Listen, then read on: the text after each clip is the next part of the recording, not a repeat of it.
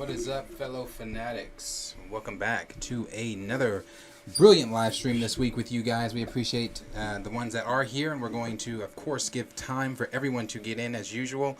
We are going to, as I mentioned last week, things are going to be changing, but I'm going to let Trey give you guys a quick rundown of what's going to be happening in some of these changes and what you guys can expect to see coming up with the channel. Trey, go ahead and give them the rundown there of what's going to be going on. All right, you guys, welcome to another good Sunday we got going on here. Some big changes we're going to be doing.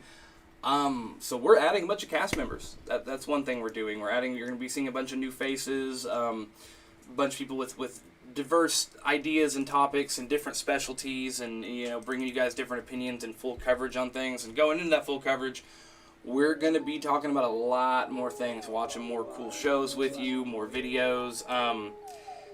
We'll still be rocking with the same stuff, still recast T'Challa. Nothing's changing about us. It's just going to be, we're broadening a little bit.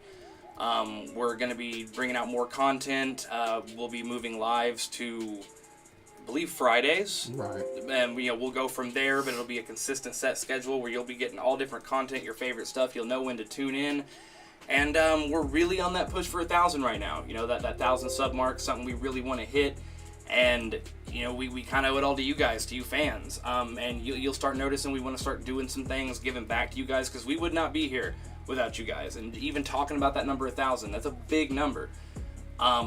There's been some guys that have rocked with us from day one, from the very beginning. Appreciate you, and that has not been or gone unnoticed at all. Yeah, no, I mean, it's a big deal. So while, we're sitting here and we're focused on bringing good content and adding people and doing all these changes we want to do to make this a better show for you, we don't want that to go, to think we don't notice that, and to think we don't appreciate that. So we're definitely going to be doing something for you guys.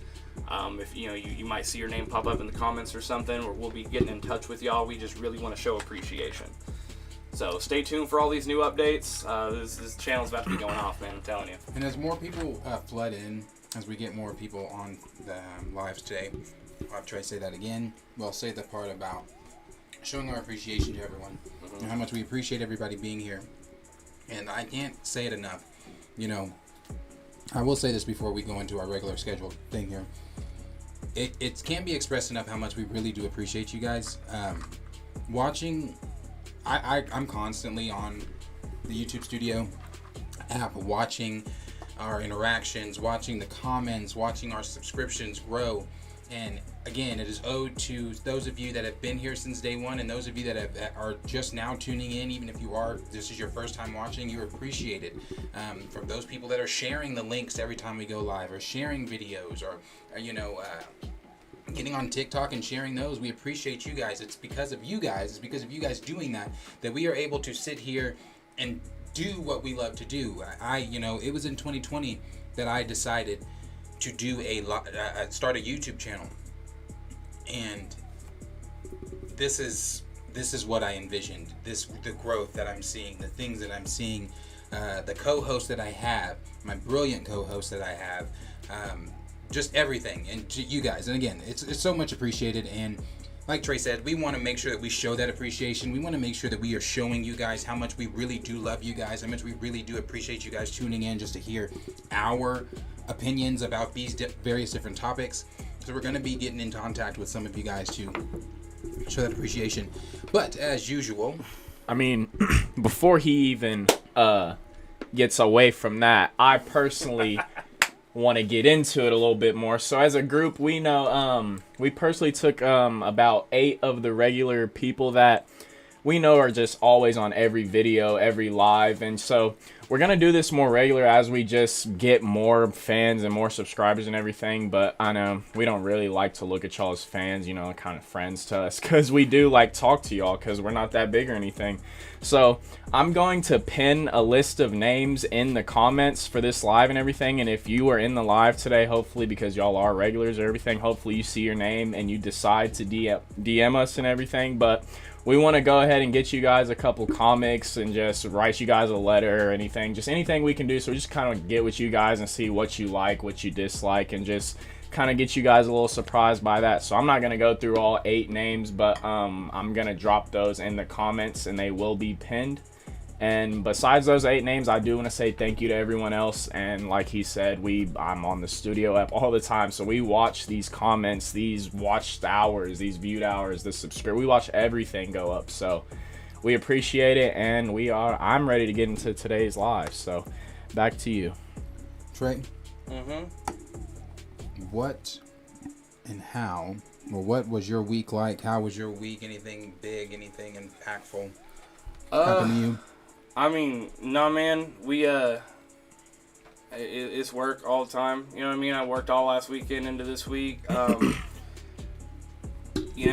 checkups on my daughter. I'm having a daughter soon, by the way.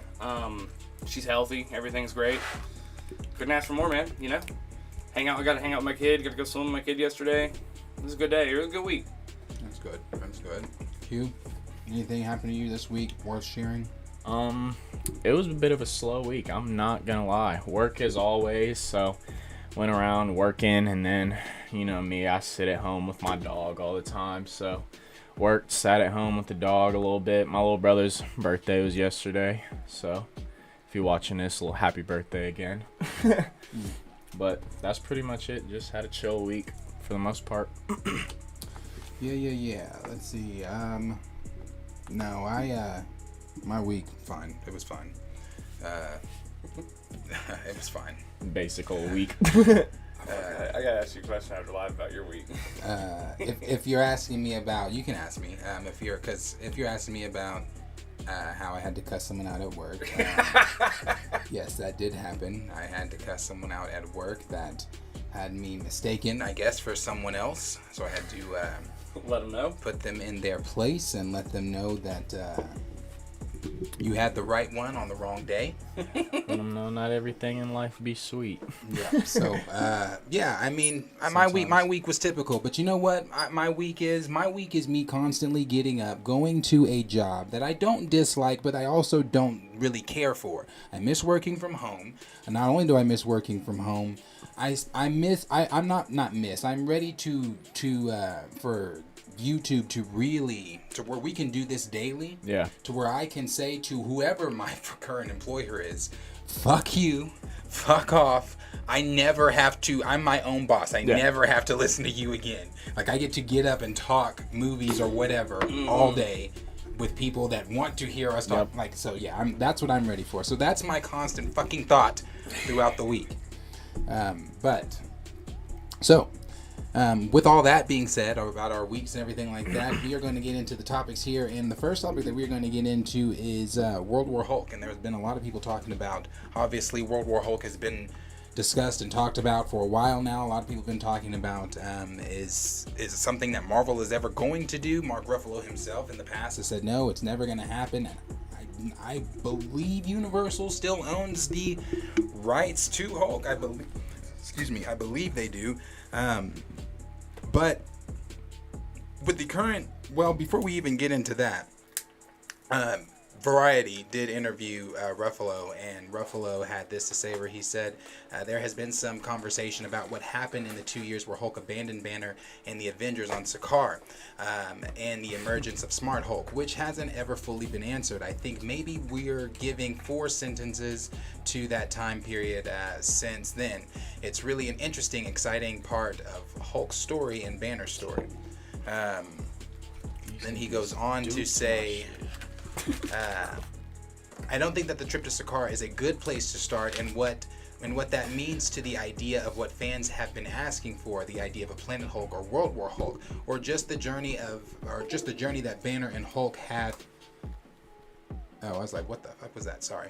Just the journey that Banner and Hulk, where was I at? Have to come to peace with each other. Ruffalo said that's really interesting to me, and I do feel like there's some interest in exploring that down the line. Now, he has talked again. That's coming from Variety, and that was in a recent interview there. And we know that from rumors that were swirling back in, I believe that was in June, that we may be seeing Savage Hulk revert back to himself in the MCU after She-Hulk. So if that's something that they can do, and we got, even the rumor of Scar showing up at the end of the show or something like that going on. But, I guess my question is because some people believe, a lot of people believe that Thor Ragnarok was the miled down, very dumbed down, very shrunken down MCU version of World War Planet Hulk. And I guess my question is, do you really believe that the MCU, the current MCU, where we currently are in the MCU, with the current heroes that are in the MCU, how do you accurately, and I know that the comics are the comics, the movies are the movies. I mean, look at Civil War, look at Logan, look at Infinity War, look at Age of Ultron. They're all vastly different from the comics. They're just adaptations. I get that.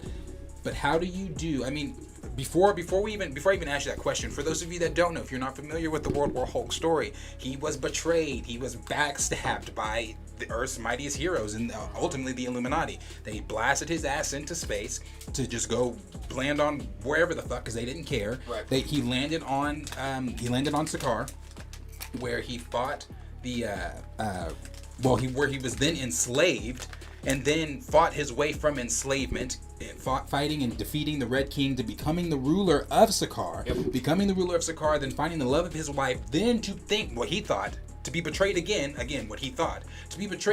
by the Illuminati because his ship that they blasted him off in had a nuclear explosion, killing everyone around him, including his wife.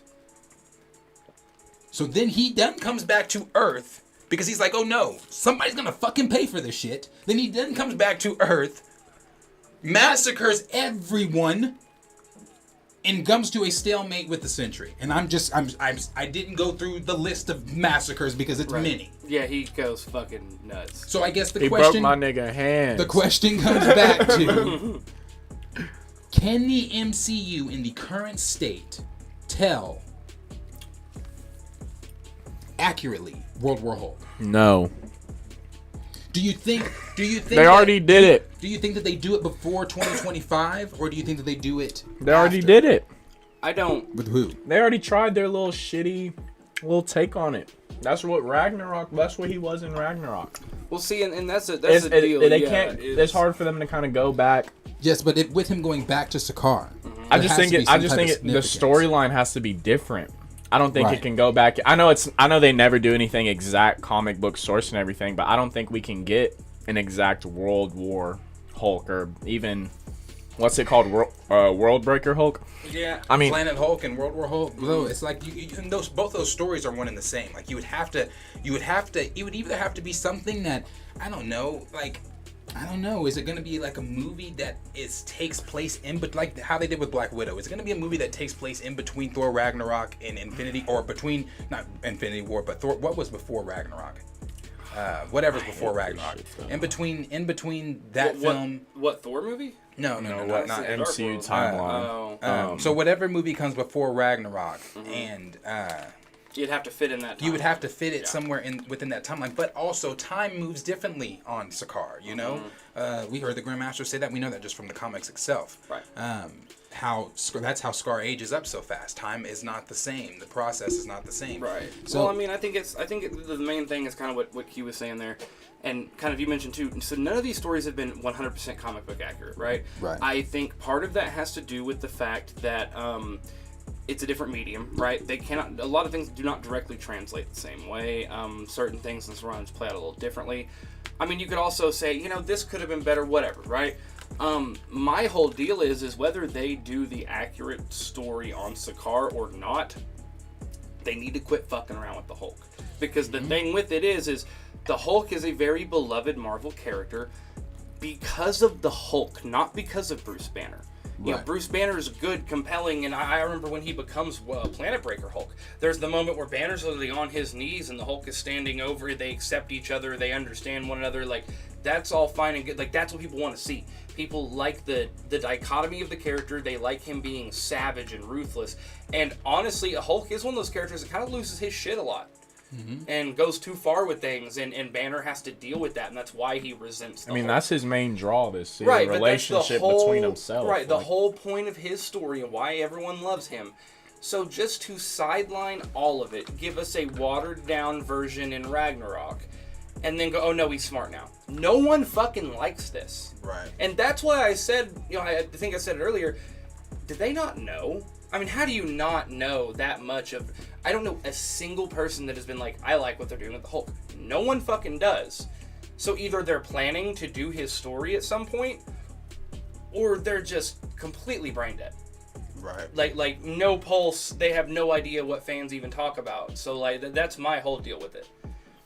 Is like, it's wild. It's wild that you can get a character so wrong and continue to use him so much. Right. Because No, and Banner is agree. currently kind of, he's along with Wong. He's MCU in it and New Avengers in it, and he's Because going to be the last time, fucking big name. The last time, and again, this is a conversation I still want to have wider, but the last time we saw OP Hulk was Avengers, and I'm talking 2012 Yeah. Avengers. That was the last time that we really saw the Hulk be the Hulk. I mean, yes, you got mean, Age of Ultron when he You got Civil flipped, War a little bit when Wanda was controlling him. Well, or not Civil War. Age- That's yeah. Ultron. When it's yeah, Wanda. you got Age of Ultron a little bit, but and then Which movie was it where go sleep, go sleep, go sleep, go sleep? Age of Ultron. That was Age of Ultron. Yes, we got him there too. That was kind of the end of it. Yeah, but you know, see, that's what I'm talking about when we always talk about how Marvel changes things at the last minute. If you remember back at that time of Age of Ultron, the rumors came out that the rumors had broken that they were going to use that as their they're going to then catapult to their World War Hulk, because that was going to be what happened. Then the Avengers were going to have to make the decision, okay, we got to get rid of Hulk because blah blah blah blah. And that was going to how they were going to do their MCU version of it. But then they changed that because the rumors got out, blah blah blah. And I still don't think even at that time. Correct me if I'm wrong in the comments. I do not look that up. I do not believe Universal or MCU or Marvel, has the rights to the Hulk still. I think Universal still does. Well, and I think it's crazy that, you know, because even in which Avengers movie was it? Where Universal Hulk is, currently owns I thought so. distribution rights to any movie starring Hulk or Namor in the leading role. But when Hulk is, that's why he hasn't had a leading movie yet. But either way, which movie was it where they're in the snow, Hulk's raging, and they have to get Natalie? That's Age of Ultron. That is where they're like, but even in that movie, they could tell it showed how little control they had over him and how concerned they were about it. But what's wild to me is they've done this for so long. I watched She-Hulk. I watched it all, never did it cross my mind, and then you sent me that picture where he's fucking stopping a spaceship. Literally, nope, I'm the Hulk, which is what the Hulk does. Hilarious. And she goes to hit him with the Jeep and sends him fucking flying. He can stop that shit with a finger. They've done this so long, I didn't even think about it until I saw that, and I'm like, oh, dude, not only have they cut my boy's nuts off, they have neutered my boy, but they've done it so much I don't notice it anymore. Just think of the opening to Age of Ultron. I mean, me and Q were talking about this a while ago, because this is when I was craving some Avengers content, so I went back and I watched one of my favorites, even though I know a lot of people say, oh, Age of Ultron I think Age of Ultron is great. I do too. But when went back and watched that opening scene with them is, because that showed, you know, that time period from the first Avengers film to that, they had been doing stuff as a team. They had been going around trying to stop other Hydra bases, and you know, that was established. So you see the team aspect in there. I mean, they're having a whole ass conversation.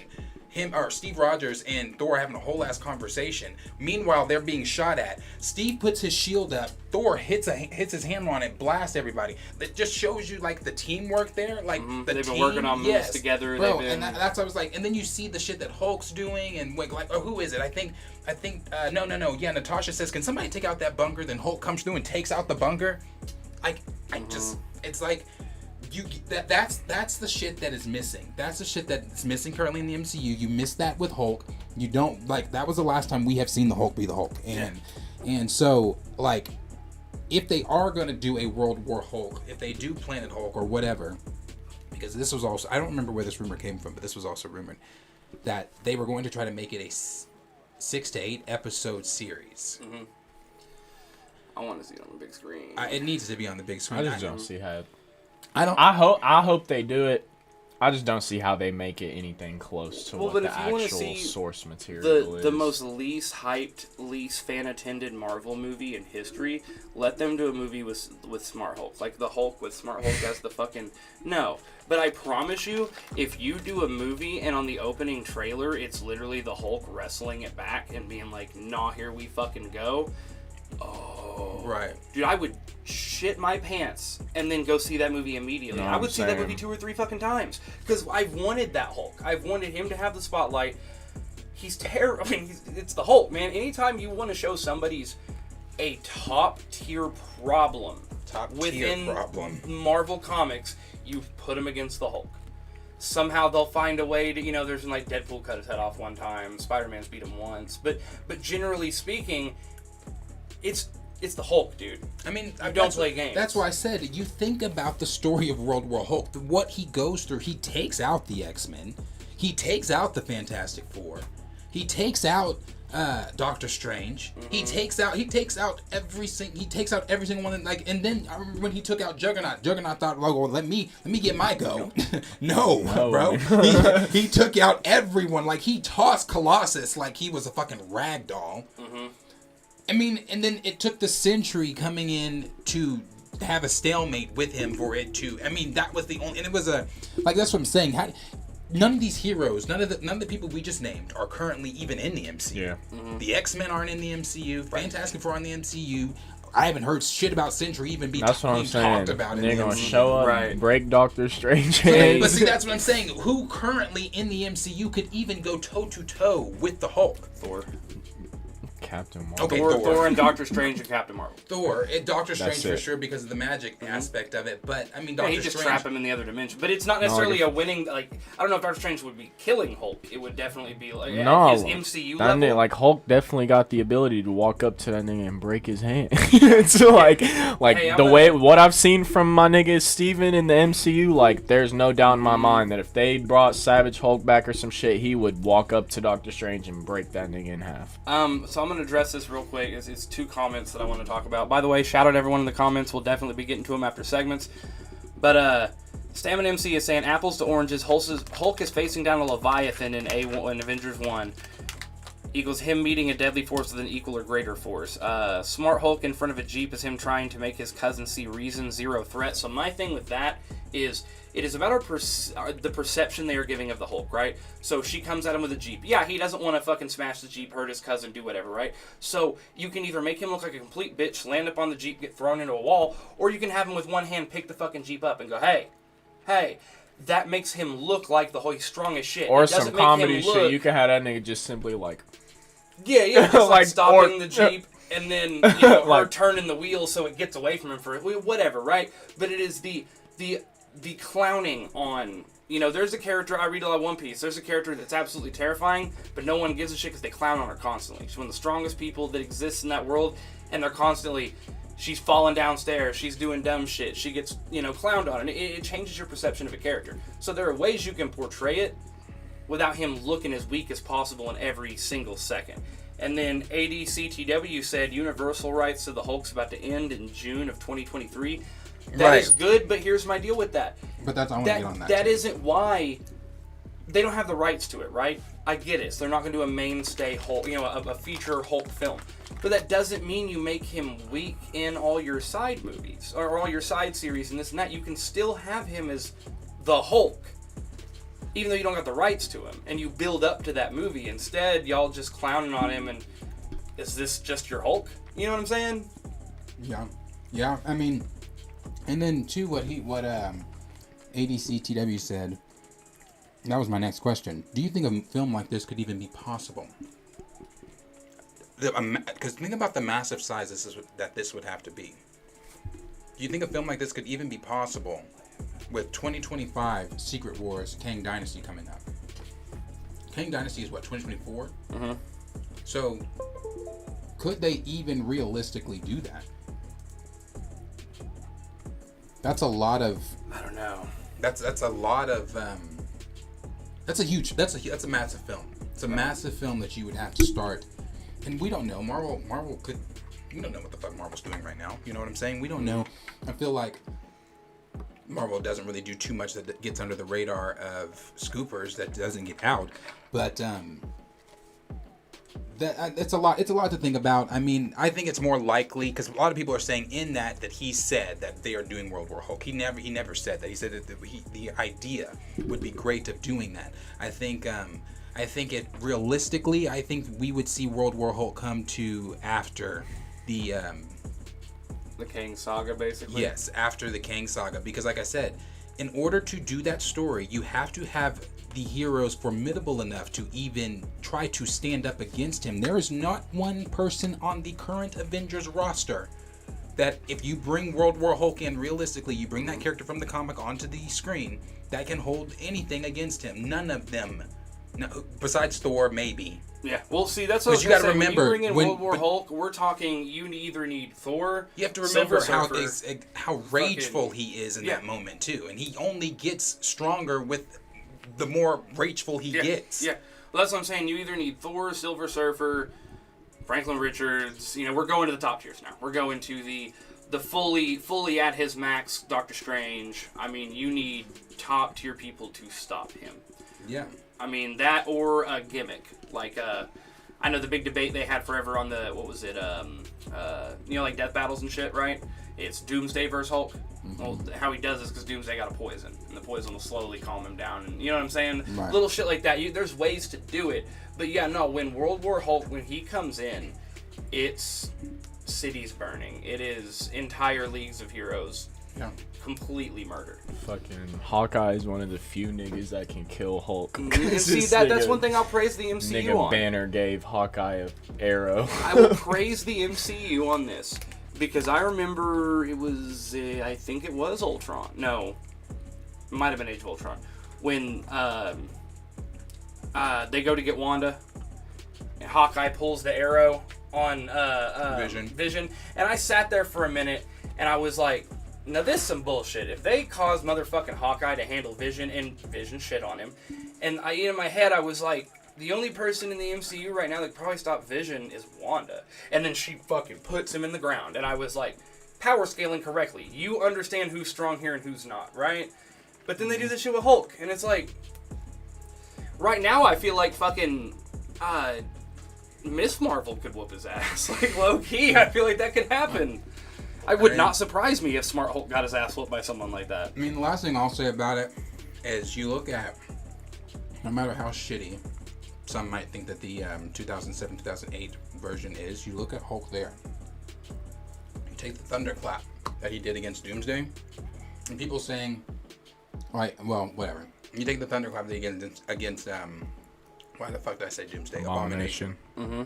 Abomination. That fight, although you go back and look at it now, those CGI is terrible.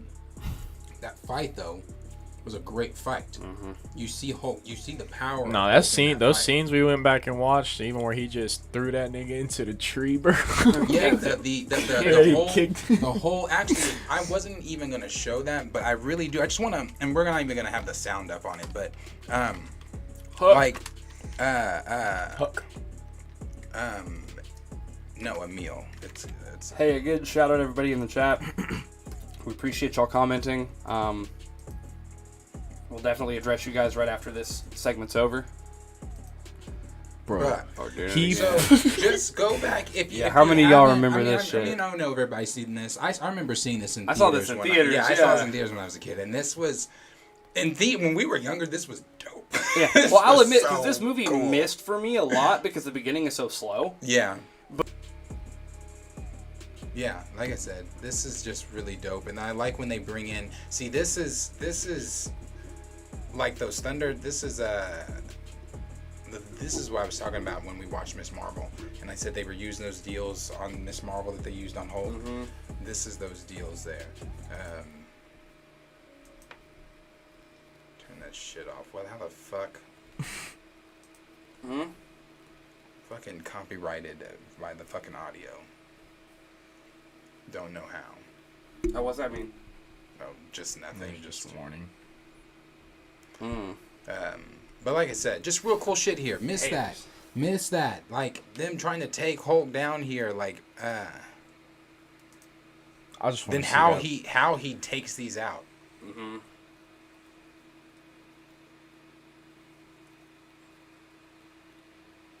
Yeah, bro. I mean. And like I said, the shit obviously in Avengers is real dope. But like I said, like, I mean, I don't know. I'm ready. I'm assuming everyone, even in the chat, is ready for Savage Hulk to come back. I mean, just the whole thing with Smart Hulk and She Hulk just makes me like it's just like it's so I hate it. But I just thought it was like a little cameo thing, man. Right. I really did. Like, I just thought it was like a little temporary thing they did so he could figure out how to use the gauntlet, but also have a little strength in him. Maybe I don't know. I didn't think that shit was perma. I low-key thought it was for they just didn't know what to do with him. I thought it was an intentional need, a necessity to sideline him, because let's also be clear on something. Banner and the Hulk bicker a lot. They have fights. They have feuds. I mean, they're two personalities living in one body, right? They're like a fucking old married couple sometimes. They don't get along. Hulk thinks Banner is weak and Puny pathetic Banner. and puny little Banner, where Banner is terrified of Hulk. And what he does as Hulk and this and that. So there are feud moments, and I could handle a Smart Hulk at a different small junction, whatever, if they explain it right. But like, you're just doing this to sideline the dude, and I don't think it works. Right. When like, I mean, because my deal, and this is what confuses me, if they were gonna sideline someone because they're too powerful or whatever, right? That happens in fiction. It's fine. But you gave Thor Stormbreaker. Thor came down, lit up an entire army like it was nothing, and then killed Thanos. Well, didn't go for the neck, but you know what I'm saying, right? Thanos with stones was not a fucking issue to him. So why'd you have to make Hulk weaker? Why'd you have to nerf him? That's what I don't get. I mean, but here's the thing on that: the Russo brothers have answered that. They just did not know what to do with him. That's why they did it. They had no idea what to do with him, so they just I would have rather them niggas blip that nigga.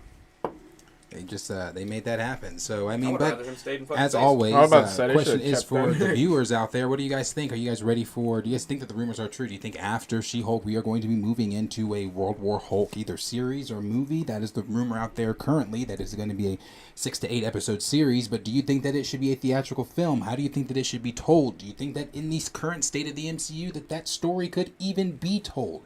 Would you want to see a adaptation of that film? Let us know down below in the comments. And we're going to move on to the next topic there. Mind if I go address ahead. some comments real fast? Go ahead. Let's see here. So, So yeah, ADCTW said World War Hulk is going to destroy the MCU. Yeah, we got into that. It's not a current MCU. It can't handle that man at all. Stamina MC said the Hulk was anatomically odd, but I dig how rough and dirty he looks in that form versus the shinier / smoother look of the recent times. Overall, more lo-fi visuals make CGI plus live mesh better too. I will disagree on one simple fact that, I mean, CGI in general can look great. I mean, go look at Thanos. a lot of different things involving CGI. The issue is that Marvel CGI team's fucking up here lately. A lot of what they've done CGI-wise has been very criticized, and whenever you compare it to other shows with great CGI that does it seamlessly, I think it's just a Marvel thing. But I do agree with you. I like the dirtier-looking Hulk because he is a dirtier, angrier fucking character. He's not supposed to look like fucking Barney the Green Dinosaur hanging out dancing on screen. And then ADCTW said again, I feel like the 2008 Hulk design was not good, but cool. It looks like a 2015 video game version of the Hulk. Yeah, no, definitely, definitely now. I mean, back then those graphics were like, oh, those CGI. I mean, the effects rather were very good. But now you go back and you look at that shit and you're like, yeah, no, that's not it. That's not it at all. But moving on, is that the last? Yeah. The last comment there. Okay, moving on to the next topic. Let's see here. All right, moving on to the next topic here. Next topic that we've got on the list here, topic number 2, is going to be WandaVision, and that is that the WandaVision, WandaVision, it's going to be Fantastic Four. WandaVision director Matt Shakman is in talks to helm the Fantastic Four movie. So talking about that there, that makes me excited, one, because Hey, we froze. I love, are we frozen in You're the chat? not. Oh, my cameras. Oh, your camera's frozen. Yeah, I see. Okay.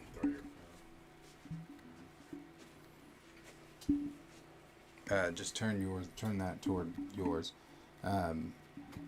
technical difficulties. Stay with us for one brief moment while we get this back online. So you want to take a quick break, get back into it? We'll just stay here on camera with them. Okay. For those of you that may not have been here, Trey, go ahead and reiterate what you stated at the beginning there. Okay, guys, one thing, want to bring up, we are currently on the, what I call the quest for 1,000. We're getting close to 1,000 subscribers. That's our big push right now. And a cool thing about that, too, 1,000's a big number, but some of you guys have been, a lot of you guys in the comments right now actually have been rocking with us since the very beginning. Since day one, video one, you're always commenting, sharing, viewing our videos. We see the viewer count, we see all of it, and it's a big deal to us. So while we're on our hunt for 1,000, we also just want to show appreciation because y'all are the reason we're here. You're the reason we get to do what we do. Is it hot? The reason we get to do this every day. And we're definitely gonna we want to be getting with you guys, sending you guys some good content or some gifts and things like that. So we'll definitely be reaching out to some of you guys, showing our appreciation. And then also on top of that, you're going to be seeing some changes around the channel. We're looking at bringing in, we've already added a couple new cast members. You're going to be seeing some new faces, some diverse conversations. We're going to be expanding on the kind of things we're talking about. We're going to go from, mainly our Marvel DC coverage. We're going to be getting into like today's House of Dragons, some of us are going to be watching the Lord of the Rings series together, Andor series. So, we're definitely trying a lot of new things here at the channel. And again, we just want to show appreciation, try to hit that goal of 1,000 subs before the end of the year. So, that definitely be looking out for all the new things coming to the channel. Like I said, we do appreciate everyone. I said that at the beginning there. Excuse me. We appreciate everyone and everything that you guys do, being here, sharing links, asking people to subscribe, everything that you guys do. We appreciate it. So, like Trey said, we just want to show that appreciation and give back. Give back for sure. Q's working on the camera. Hey, let's see here.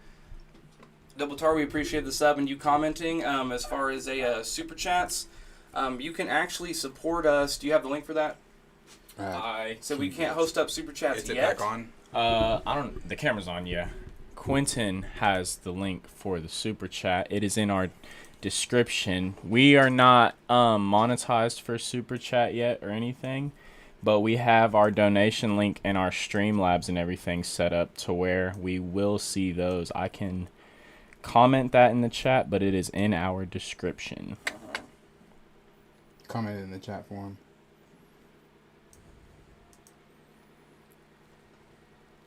him.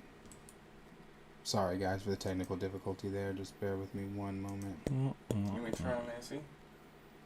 No, that's not it. Okay. And then they wouldn't be able to hear us anyway. Sure. Yeah, Stamina. So basically the way it works is, that's why we're on our hunt for 1,000 as well. When you hit 1,000, you get monetized, all that stuff. That's when you can start doing super chats. I don't want to say it's elitist against small-time creators or anything like that, but you got to have the... Kind of just us showing that we put in the hours, put in the work, that we're actually here. Following to do those kind of things. However, like we posted there, we got our Streamlabs. We can do super chats there. I will say right now I don't want to call it a super chat because here's the deal. We like commenting with you guys. We try to read every comment. We try to engage with all of y'all on what you're saying. We're very fan focused here, but we do appreciate the donation if you want to give it. Just don't think that if you give a donation, that's the only way we're going to address you. We like addressing everybody when we can. Yeah, we definitely appreciate that. We definitely appreciate that. So anyway, looks like that we got our cameras back on, so let's move back into this. Now that it's been copyrighted, I'm still playing that. Does it matter? What's that do to our Why video? the fuck is it copyrighted anyway? What's that do to our video? Will it shut it down? No, whatever. I'm not into it. Okay, anyway. So, WandaVision's Matt Shakman is in talks of helming the Fantastic Four film, and Kevin Feige loved what he did over with WandaVision. As you know, that is my favorite MCU show, and I think that's he's already. But he's not just known for what he did over at WandaVision, and in the MCU, he's done several seasons of It's Always Sunny in Philadelphia. He's done directed episodes of Everybody Hates Chris. He's directed many different genres, many different sitcoms and things like that. But he's only done sitcoms. This is going to be his first feature film that he's ever done. But he's already been under the Marvel umbrella, so he has a relationship with Marvel already. And I've seen people on Twitter and things saying like, I don't know, Matt Shakman, I was expecting, maybe a bigger director or somebody that's already done films or whatever. But here's the thing. Before the Russo brothers did anything Marvel, nobody knew who the fuck the Russo brothers were. Nope. There were so many different directors that have worked for Marvel that nobody knew who the hell they were until they started working for the machine. Marvel, I was going to say, the thing with Feige is he picks those directors, and whenever he builds relationships with them, and that when they make them good content and content that wins them awards and I think WandaVision won the most awards so far as a TV show and everything. So Marvel, probably just seeing that, he probably just had already built a connection with them working through the pandemic and everything. So it's not, it's easy to believe that he would go with them, in my opinion, and everything, just because from history, whenever he wants projects to go well, he usually sticks with someone he has a relationship or he's close with or something. Right. Well, and that's the thing too. Like, look at Taika Waititi. So that's another one. That's another name. He I didn't know who James Gunn. I don't know who the fuck Taika Waititi was. I had no idea. And then he did Ragnarok, and I was like, holy shit! Now we've seen that we have seen that sometimes that don't work, right? He struck gold with Ragnarok, but then he fucking took a shit on what was the newest Thor movie. So it goes back and forth, but I'm saying if you're just going for these big name, well known directors, like I always jump to Spielberg in the Transformer movies. Right? Like, they weren't that good of, they weren't it for me, especially the further along they got, right? So just because it's a big name doesn't mean you have a passion for the project, doesn't mean you have your finger on the pulse of what fans want. And so, I think WandaVision was an incredibly done show because it was done its own way. It broke the formula, the standard mold of an MCU. It definitely set a pace that was very hard to follow up, right? Right. And so, I think if you have people that are passionate about these works, passionate about these characters, bring them on and let them shine. Right. Now, Waititi, I think that's a good example of someone they now need to reel in. It's like, hey, we let you get a little too wild, a little too much freedom. Honest critique. Just because you make one bad movie doesn't mean you're a bad director. But, you got to play with that stuff, And I think WandaVision's the best thing on the Disney Plus side they've done. Right. And see, that's what I'm saying. Marvel and Kevin Feige, like you said, and it's always going to be in Feige we trust, for me personally, as being the Kevin Feige shield that I am. But I think Kevin Feige, we've seen Kevin Feige and Marvel's ability to take, like you said, Taika Waititi director, James Gunn type directors who make niche type films before they started doing Marvel, making $2 to $3 million films that they were making, to now coming to Marvel and making $100 million to $200 million films. That's the machine of having the machine Marvel behind you. So I definitely think Shakman can definitely do it. And again, he's worked with Marvel already. That's an advantage he already has, working with them on WandaVision, so he knows how they operate. It's not like he's going to be surprised by anything that they're wanting to do. He knows the stories that they're wanting to tell. Right. And I think him already working on other sitcoms outside of WandaVision, we saw the family aspects that he brought into WandaVision, but him working on Everybody Hates Chris, you see family aspects there. You see family aspects in some of the other sitcoms and things that he's worked on. So with him taking on Marvel's first family, that is going to be there. I feel like that's going to be in good hands. And like I said, the mystical things that happened in WandaVision, I feel like this Fantastic Four film, in order for it, if the rumors are true and they are stuck in time or they are whatever they have been, the mysticism behind this has to be grand. Right. And I think he can. I don't know. Feige trusted, I trusted. So I think Shakman. I loved WandaVision, so I think he can do it. I don't think that there's really too much negative that can be said about that. Anybody saying anything in the comments about it? Hey, I actually want to throw something out real fast. Double Tar just sent us $20.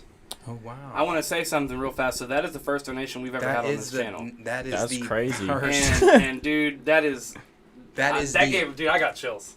Holy shit! That's wild. That is the absolute first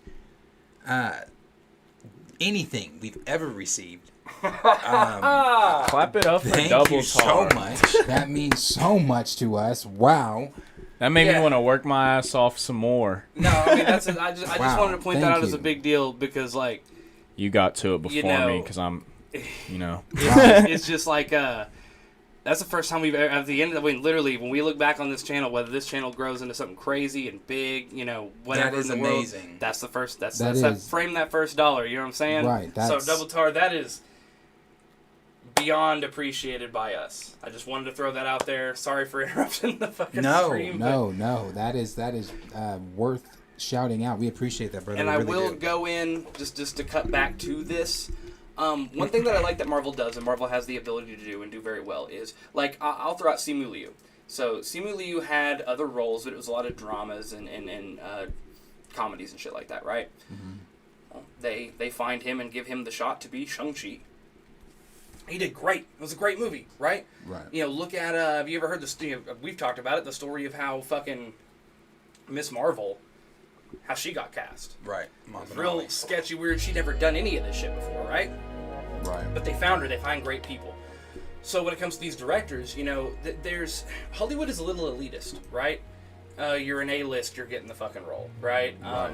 You're an A big name director, you're getting the movie. Where whenever you have a studio as big as Marvel, doing as many projects and things, they have a chance to diversify, and they have a chance to bring in an audience that loves these things, that grows up. Sure, I'm a Steven Spielberg. I can make an amazing movie. You can't tell me I can't, right? Look at my roster. But like, I'm gonna make good movies. He'll throw it to me, but I don't know who this character is. I don't understand why fans like this character. Right. Or you get a young guy who's a good director, but is like, that's my dude. Right. I love Black Panther or I love Hulk so much, let me do it. I'm hiring that guy. Right. And that's just what it is. And Marvel has the opportunity to do it, and I think they do it well. Yeah. No, they do. And like I said, it's going to be in Feige we trust. And I think that Shakman's going to do a good job. Does anybody say anything else in the chat about this topic here with Shakman and James Gunn, the Fantastic Four? Personally, as you know, I'm ready to see this Fantastic Four film. Mm-hmm. I'm ready to see the Fantastic Four enter the MCU. I think at D23, which we will be live for, by the way. We will be live for D23 if anybody was wondering that. I think that's when we're going to get our announcement of Shakman probably being defined as the definitive director, because right now it's just speculation. Right. And I think that we are also going to get our cast. I think we're going to get our cast of the Fantastic Four. We're going to get to see who's going to be Mr. Fantastic, the Invisible Woman, Johnny, and Ben. So Hopefully we do, because I mean, I do hope the rumors are true that we see Ben Grimm and She-Hulk and everything. I hope so too. Because that would I think that would just be big and everything, just for She-Hulk, just as a surprise cameo and everything. I think that would be huge. Okay, and like I said, this is one that I've, last time we talked Fantastic Four, I'm really excited to see this. I'm excited to see it. I have my reservations about how well I think it's going to do, no matter who's in that director seat, because of previously kind of how it's going, you know what I'm saying? And see, I just don't. No, and that's fair, I'm just saying, I'm trepidatious, Right. You know what I mean? It's this weird feeling I have where I'm like, I want to get them in, and then I'm cool. You know what I'm saying? Their entrance to me, their big movie, their whatever, right? I'm like, I really want it to be good, right? From previous movies, it's hard to make it good, but I want it to. But either way, I just need them in this. I think the past problem that previous films with the Fantastic Four, what they have done, the issue has been, especially with the 2015 version, it's an origin, and you're taking that, and it's like Kevin Feige said in the last time he was asked about this. Well, we all know the origin, but how do you take that origin and make that story something that that none of us have ever seen before? And again, that's just the brilliance in the MCU handling these characters outside of, you had at the time Fox handling the Fantastic Four. Like, I went back and watched the original Fantastic Four that is on Disney Plus now with Jessica Alba and everyone. For its time, it wasn't bad. But superhero films in that time were, unless it was Sam Raimi's Spider-Man or something like that, but they were, or the X-Men. But there was a lot of corny stuff in there. You go back and look at those films are really just not that great, especially that 2015 one. So I just think taking Kevin Feige's approach, taking the MCU approach, having someone as as creative as Shakman behind it, I think that again, trepidatious is that's valid to be concerned looking at the past Fantastic Four films and that 2015 one, looking at that shit and how bad it is. So, but I do trust Shakman if that is true, him taking over, and I of course trust Feige. So I'm gonna hit the comments before we move on. Are you planning on moving on? Yeah, hit the comments. Okay, that's fine. So, Double Tar said, also, again, shout out Double Tar, do you guys think that Kang is the one trapping the Fantastic Four? I've seen that. I've seen that rumor, and it is something, it is possible because the rumor is, well, the idea that, who directed Ant-Man? And, I forget his name. I forget the director of Ant-Man, but that's who they wanted to helm.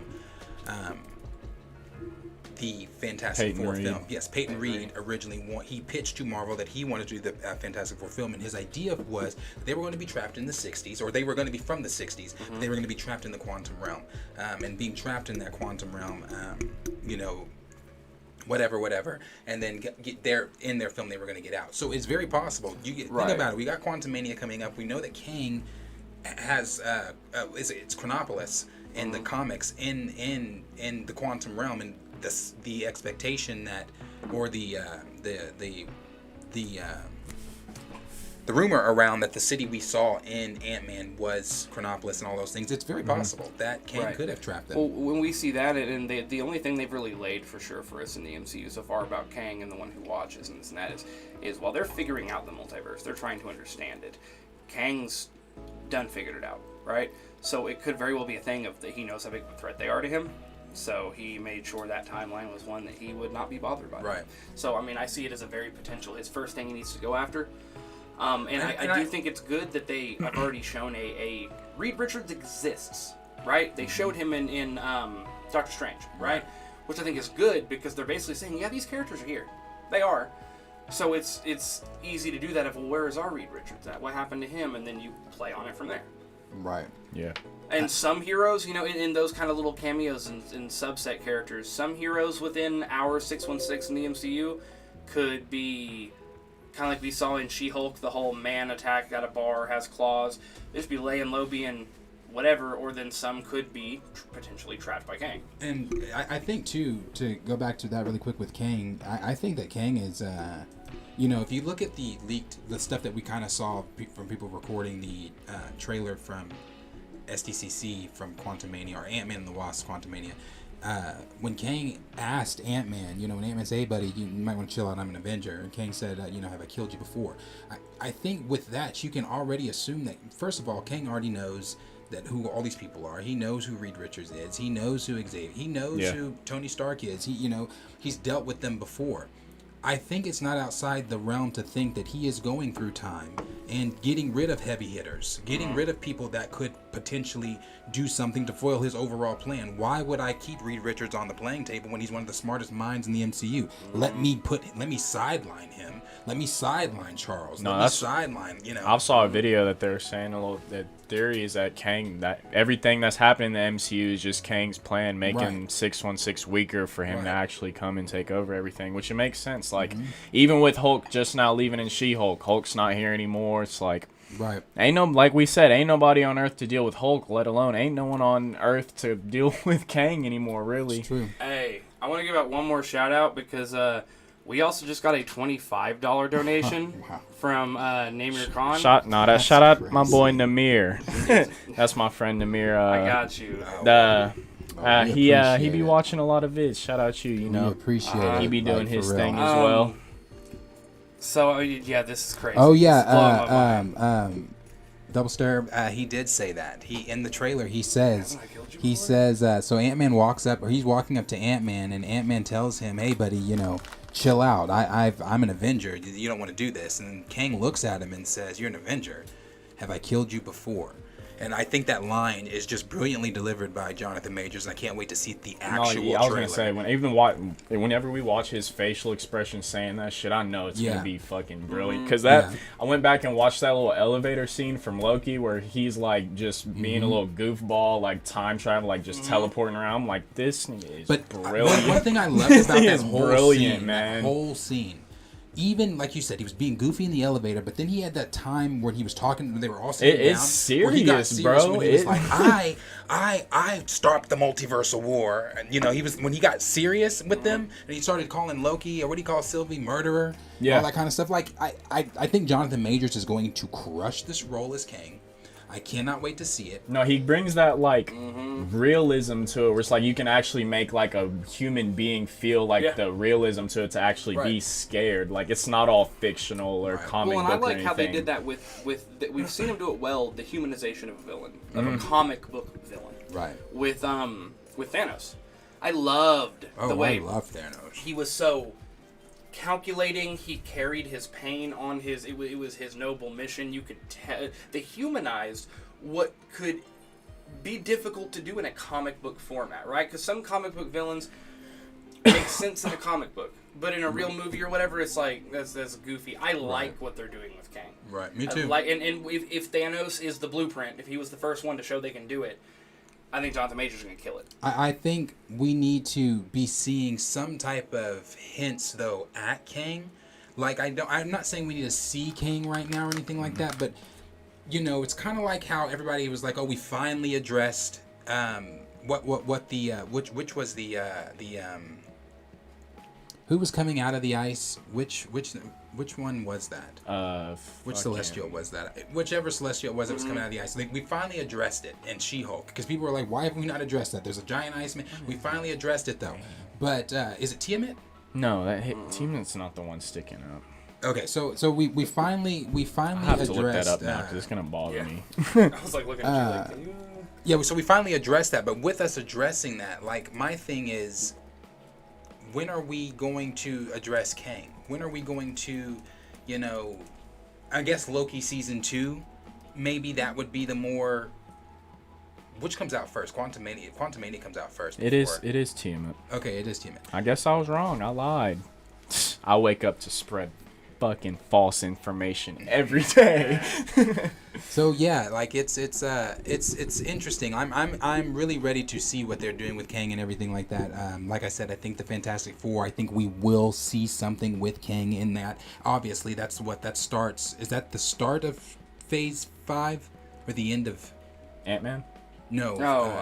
Fantastic Four. Fantastic Four. I think it'd be the start of Phase 5. Is it Phase 5? I can't remember. You gotta pull up that timeline. There's a lot coming out. Yeah, there's so much going on. I will say to finish a couple of the comments, we gotta be a little faster about these. Double Tar said it's Krasinski coming back. Me personally, I don't want him coming back for that. Who is it? Krasinski to be Reed Richards. Really? Yeah. You don't want him back? No, I don't. Who would you want? See, no, we're not playing that game. Well, no, because what we're doing here. Hold on. So what it was about what I said earlier. You find Simu Liu to do Shang-Chi. You find the girl that's doing Miss Marvel, right? I like them not necessarily having to go with A-listers. I like that because I like fresh faces. I like people who want to be in the role for a long time. You can't fully convince me Krasinski'd want to stay for the full, run through. Do you know how long he has been saying he wants to be Reed Richards? Yeah, I know. Maybe it's just because I am such an Office fan that I see fucking Jim every time I see him and it won't go away. I mean... But that's me. That's my fault. I'm sorry, even in A Quiet Place, he's running with some kids, and he's running, and then he makes the farm and everything. I'm like, huh, Dwight was right, huh, Jim? You fucking a farmer now, huh? I can't pull myself out of that. I liked him in the role as Reed in Multiverse of Madness, but before Multiverse of Madness, to me, it had to be him. Like, he had to be Reed Richards. Before I saw Multiverse of Madness, he just had to be him. Now that I've seen him in the role, not that he did a bad job, I thought he did, for the little lines he had, I thought it was brilliant. But now I'm like, okay, at this point, I just want to see who they've cast. Like, who is... Because I even saw a fan cast of Penn Badgley, and I didn't even think about that until I saw him as the fan cast in, like, Photoshop version and in the Mr. Fantastic suit. Mm-hmm. Penn Badley he looks like him. He looks like him. I think, and Penn Badley's a great actor. We've seen. I mean, look at you. He does great in you. So, I don't know. Yeah. Real quick, last thing. Is what's coming out first? Ant-Man or Loki season 2? It's Ant-Man, right? Yes. Yeah. Yeah, it's Ant-Man. Ant-Man. Okay, yeah, because someone here saying that the Loki season They will pushed officially Ant-Man introduce up. Kang. I believe they pushed Ant-Man up to January. I mean, it's we've seen in the trailers. You know, Kang is coming to Ant-Man. You know, we've seen the little snippets. We know that'll be his first introduction, and then I think what Loki is going to do is play on what I think Loki is going to shine a light on what Kang has done in the multiverses. It'll almost be. I feel like it'll. I Almost feel like be a Loki is backstory. going to be the one that's going to be kind of like how Hulk was at the beginning of Infinity War when he said he's coming, and they're like, who? And there's like Kang, Thanos, he's coming. I think Loki's going to be the one that has to tell. Right. And, you know, But it's that's what I'm saying. The whole season he could be figuring it out. right. Figuring out, oh my gosh, and understand the different facets, the different avenues of, oh, okay, he's done this to these people. I literally feel like, in this headcanon here, the last episode of Loki is going to be Loki going, oh fuck, oh fuck, oh fuck, figuring out how bad this is. It could be the capturing the Fantastic Four. It could be But a see, lot of things, I- and then going to Thor. But I think he already knows the gravity of how heavy and how serious this is. We saw that on his face at the end when he was like, he's coming, he's terrifying, he knows everything, he's planned Oh, no, everything. he knows. Yeah, no, he knows. And when he Right. turned and saw the statue, the look on his face, and then the confusion on his face when they're saying, you know, who are you? Are you an analyst? You know, we don't even know where the fuck he is right now. Yeah, what branch true. on the timeline he is right now. So that's why I said Loki season 2 is going to be extremely interesting, but I also think not only is it going to be interesting, it's going to be pivotal to the multiversal saga. Like, it's going to be one of those that you have to watch Right. in order to understand what's going to be going on probably in Kang Dynasty and some of the other stuff. And So- before we go on ahead and move on to the next, I just wanted to, again, shout out everybody in the chat. We really appreciate it. You know, we like talking with you guys and, you know, hearing your opinions on things. Shout out my boy Caden for the $20 dono. Oh my God! So got I another just one? want to say this: Wow. we got another $20. Wow. We've never gotten this. The We've first time this is we've the ever first gotten time we've donations. ever gotten. We love you It guys. is, Wow, I'm plugging bro, my I'm laptop shook. I am in. shook as I fuck see my right now. ball. I will really say, am. I said this earlier.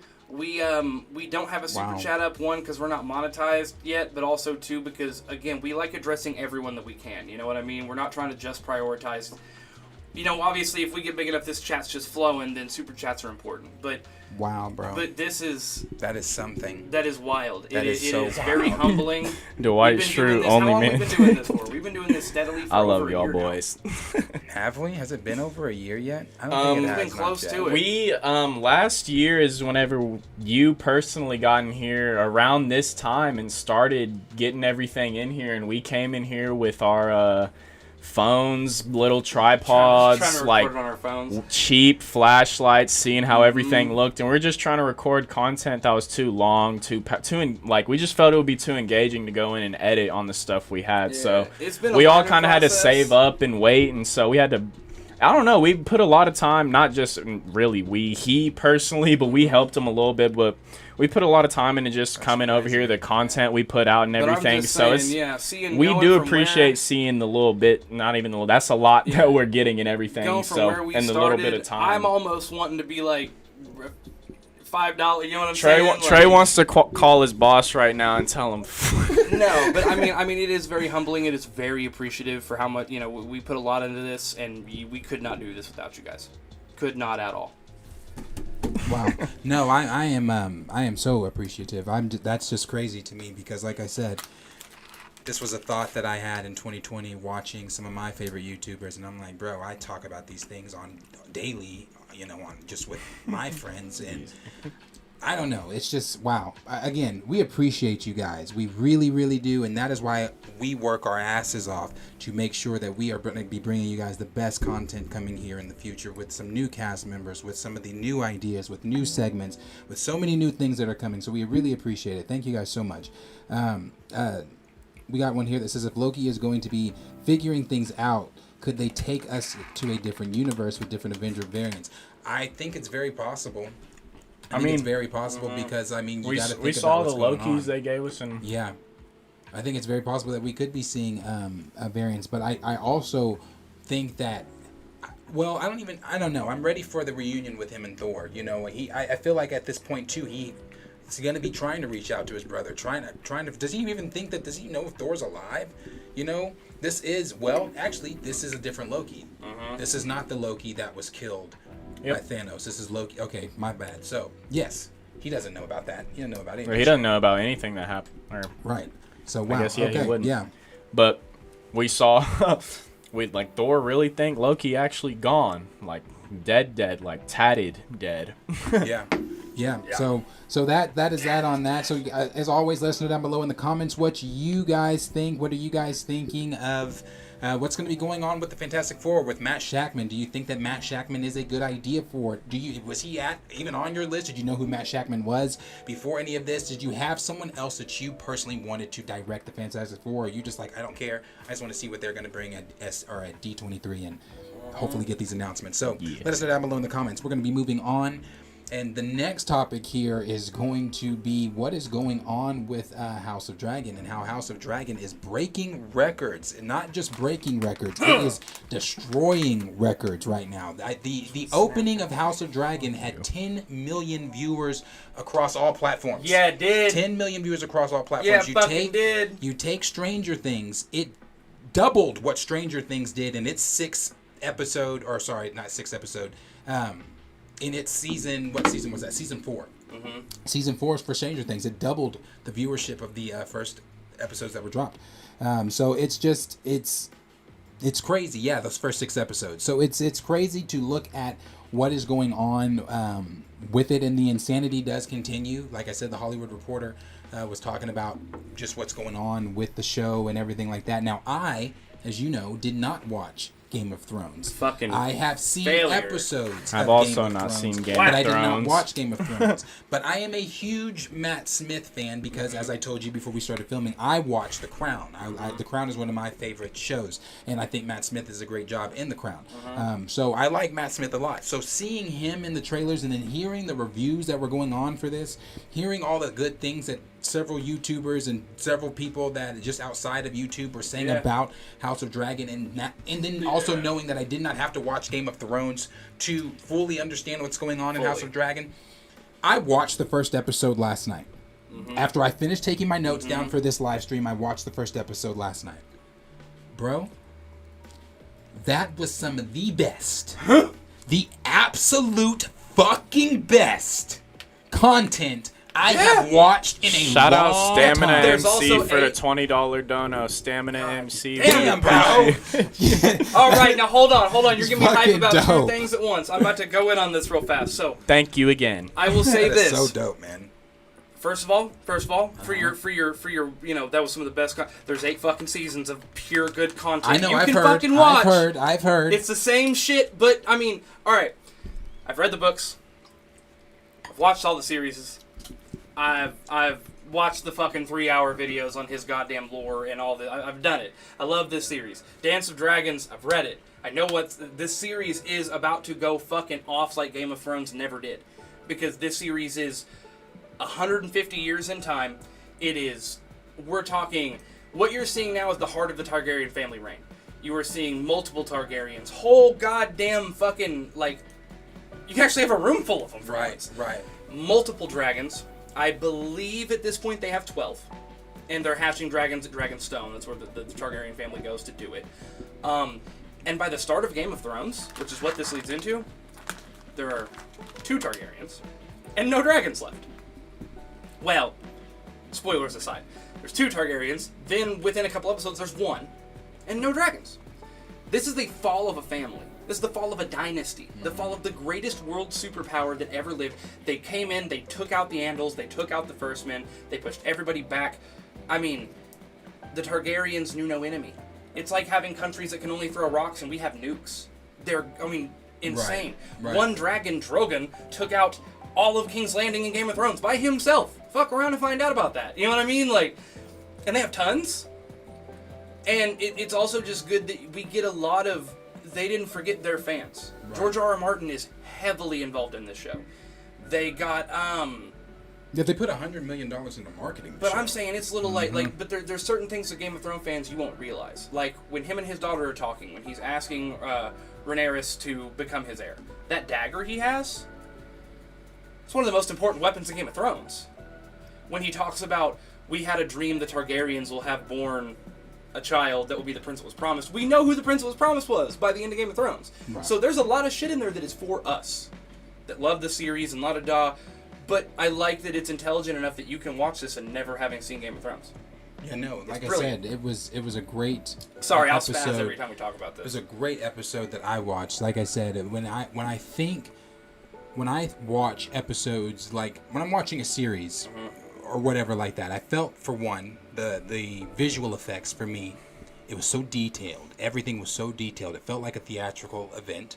It felt it did, and then that's why I said when we were talking about too, when you take a Marvel show like She-Hulk, or you take any of the Marvel shows, not just She-Hulk, you take any of them, none of them can touch what House of Dragon or some of these other shows like Stranger Things. We've even said that. I think like, that's kind of why everything we rank in Marvel, where it's like for Marvel in terms of Marvel base, because we know because a lot of the stuff that's coming out in even some like when Netflix puts out something good, like is a lot better than what Marvel puts out.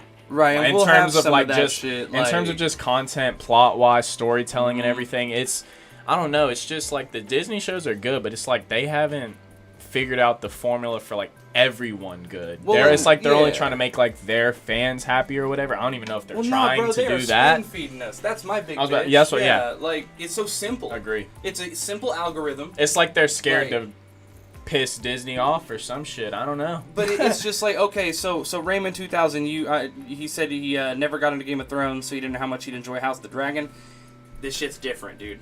It's fast paced. I mean, we're seeing dudes get their heads busted in the first episode. Shit no, bro, wild. listen. Okay, so there's a scene like That's why when I want to react to these, I want to do reaction videos to these because I'm one of those people where because last night I'm laying in bed watching this, right? And if I had been sitting here reacting to it, I would have been the exact same way. I'm laying in bed watching it, and when he had to make the decision whether or not, spoiler warning, whether or not to kill his wife and save the baby. Or kill the baby and save his wife, but let them both die. And he made the decision to kill the wife and do the C-section because it's no, but that was fucking. They split that. Right, that's what I'm saying. It's medieval times. It's medieval times. Yeah. So they don't have that shit. So that was the modern time doing it. So. And she's sitting there screaming. I'm squinting in bed like, oh fuck, oh fuck, oh fuck, because she's like screaming and you can hear it. And I'm looking at his face. And then just for the baby to turn around and not even make it, you just lost. Gambling on you lost everything. And I was like, holy shit, this is fucking good. Right. Well, but like I said, what was the line where he got up? At the table, my wife and son have died. I will not entertain the crows come to feast. My wife and son have died. I will not entertain the crows come to feast upon their corpses. That fucking shit. I'm a dialogue guy, bro. That shit right there was so. When he said that, I said, God damn. We'll see, but that's so the cool thing about this, and this is something that plays out in this episode, is you see the head of the Hightower family, the Hand of the King, say to Daemon Targaryen, he says, basically, your wife's in the Vale, you need to go back to your wife. Blah, blah. He's trying to get Daemon Targaryen out of the way. That's what he's doing. That's the thing. You have to really infer with this show. They will not pull a Marvel and spoon feed you spoon feed you. So then he says his line of the men in the Vale fuck sheep and the women look twice as bad, right? But then turns around, challenges his son to a duel, beats him, then gets favor from his daughter, right? That's the most my balls are hanging out moment in his first episode, dude. Yeah, shit like that happens all the time. And, I will say this, there are some controversies going on. So I'm going to address something really fast. The first controversy is, yes, from the story of A Dance of Dragons, Daemon, his niece is the main Targaryen girl. Yeah, they marry. They don't have kids. That's uncle and niece. Yes, they do. Targaryens are incestual. They have to be. Because that's their dragon blood, right? That's how fire does not burn them. Right. It's how they control the dragons. That's a thing that's going to happen. You are going to see cousin sleep with cousin and uncle with niece and this and that. And here's the thing about that. Did y'all not watch the first episode of Game of Thrones? Wait, I guess I'm confused. We're addressing what again? There was a big controversy people were mad about. People are mad about a fictional thing. It's insinuated that we'll have an uncle and a niece on camera sleep together, have children, have a family together. And you know what I say to that before even going into it was an issue. Why don't watch it? Right. But that's the thing. The first episode of Game of Thrones, you got Boom. brothers. Drilled. Yeah. Also, don't watch it. Right. Done with Another that theory. issue that people were having, and this was the biggest issue with the show. This is the second one, is And the of all the fact shit to have a problem with. that they have a black Targaryen. A lot of people's issue with it is, the Targaryens are decreed as we've talked about this before. We've talked about It's this fantasy, before. dude. Not just that it's fantasy, it doesn't fit your agenda. I don't know about these problems because I've just now entered the House of Dragon space. I entered in last night. And see, I don't want to enter into the political conversations that the House of Dragon is surrounding. Yeah, I want to find fans who just enjoy it. Exactly, because can talk to. I hate fans that come into, they think they own that gatekeep and think that they own an IP. Listen, if it doesn't fit your agenda, then now you're upset. Again, I'm always going to bring this up. The same thing with Moses Ingram. That's why people in these toxic, racist Star Wars community, and I am a Star Wars massive Star Wars fan, but the fandom is toxic, and it's because when it doesn't fit your certain agenda, now you're pissed about it. Now I'm whining, and now I'm going to now send Moses Ingram, tell her that she's a diversity hire, and that she's a blackie, and she's this and she's that. Those are the same people that same group, that small but loud group is the same group that has a problem with this man being black and being a Targaryen or whatever. And what I have to say to that is, fuck you. Don't watch it. That if you have a problem with it, don't fucking watch it. That's just how it goes. If it doesn't, and not these shows aren't made to fit your fucking agenda. As I've said so many fucking times in my recast of Charla statements, inclusion and representation are important. Yes, it is important for us. And even though he is the only nigga in the show, I'm gonna take him. And why am I going to take him? Because he's up there. That's fine. I don't care. We'll take that one. We'll take that one in there. But why? Because representation and inclusion are important. Well, and you'll see it's kind of weird, and you'll see it in a lot of these fantasy shows. So you will see it when the Dornish people in Game of Thrones, when you're introduced to them more, they will be more Middle Eastern, right? Because they're the Dorns, they're from the desert, and every fantasy world's gonna have a desert with its people and this and that and the other. But there is a lot of, Tolkien never added blacks. He didn't. Tolkien did not, and it was a different time as well. I'll say that because Stan Lee forgot to add a black. He didn't have a lot of black representation for kids, and then said, "Oh shit," you know what I'm saying? He didn't think about it. I'm not giving them the slack, but I'm saying it does happen. But that's where we can come in and we can correct some of these things. No one's saying turn the entire Targaryen family black, Mexican, anything under the sun. But to have one of the Targaryens have black lineage, it's not that weird. It's really not. Get over it. Also, it's a fantasy world. That's my big thing. It's all fantasy. That's what shit that pisses me off about some of the things that when people gatekeep about ignorant shit like that. It's fantasy. It's not real. But so you definitely gonna watch the next episode now? Oh hell yeah, I'm watching the next episode. I am invested in the show as of that one episode. I was invested in the show the first 10 minutes. I gotta hop on. And like Stanima MC said, that's why I was talking about the childbirth scene. The childbirth scene made me. I was squirming. I was like, holy fuck. I was like, oh my god. Like The Boys. Episode 1, Season 3. Yeah. But okay, so first I want to address we are at a total of $85 donated for this stream. Wow. Again, we've never guys. onto our Streamlabs. We've never had a donation before. Never. So to be seeing this from you guys, I'm kind of shook. It's kind of fucking with me. That is crazy. I'm gonna try not to get emotional over here because it's a big fucking deal. It's crazy. But I just wanted to shout that out. I appreciate all of you guys doing that. I'll shout you out at the end as well.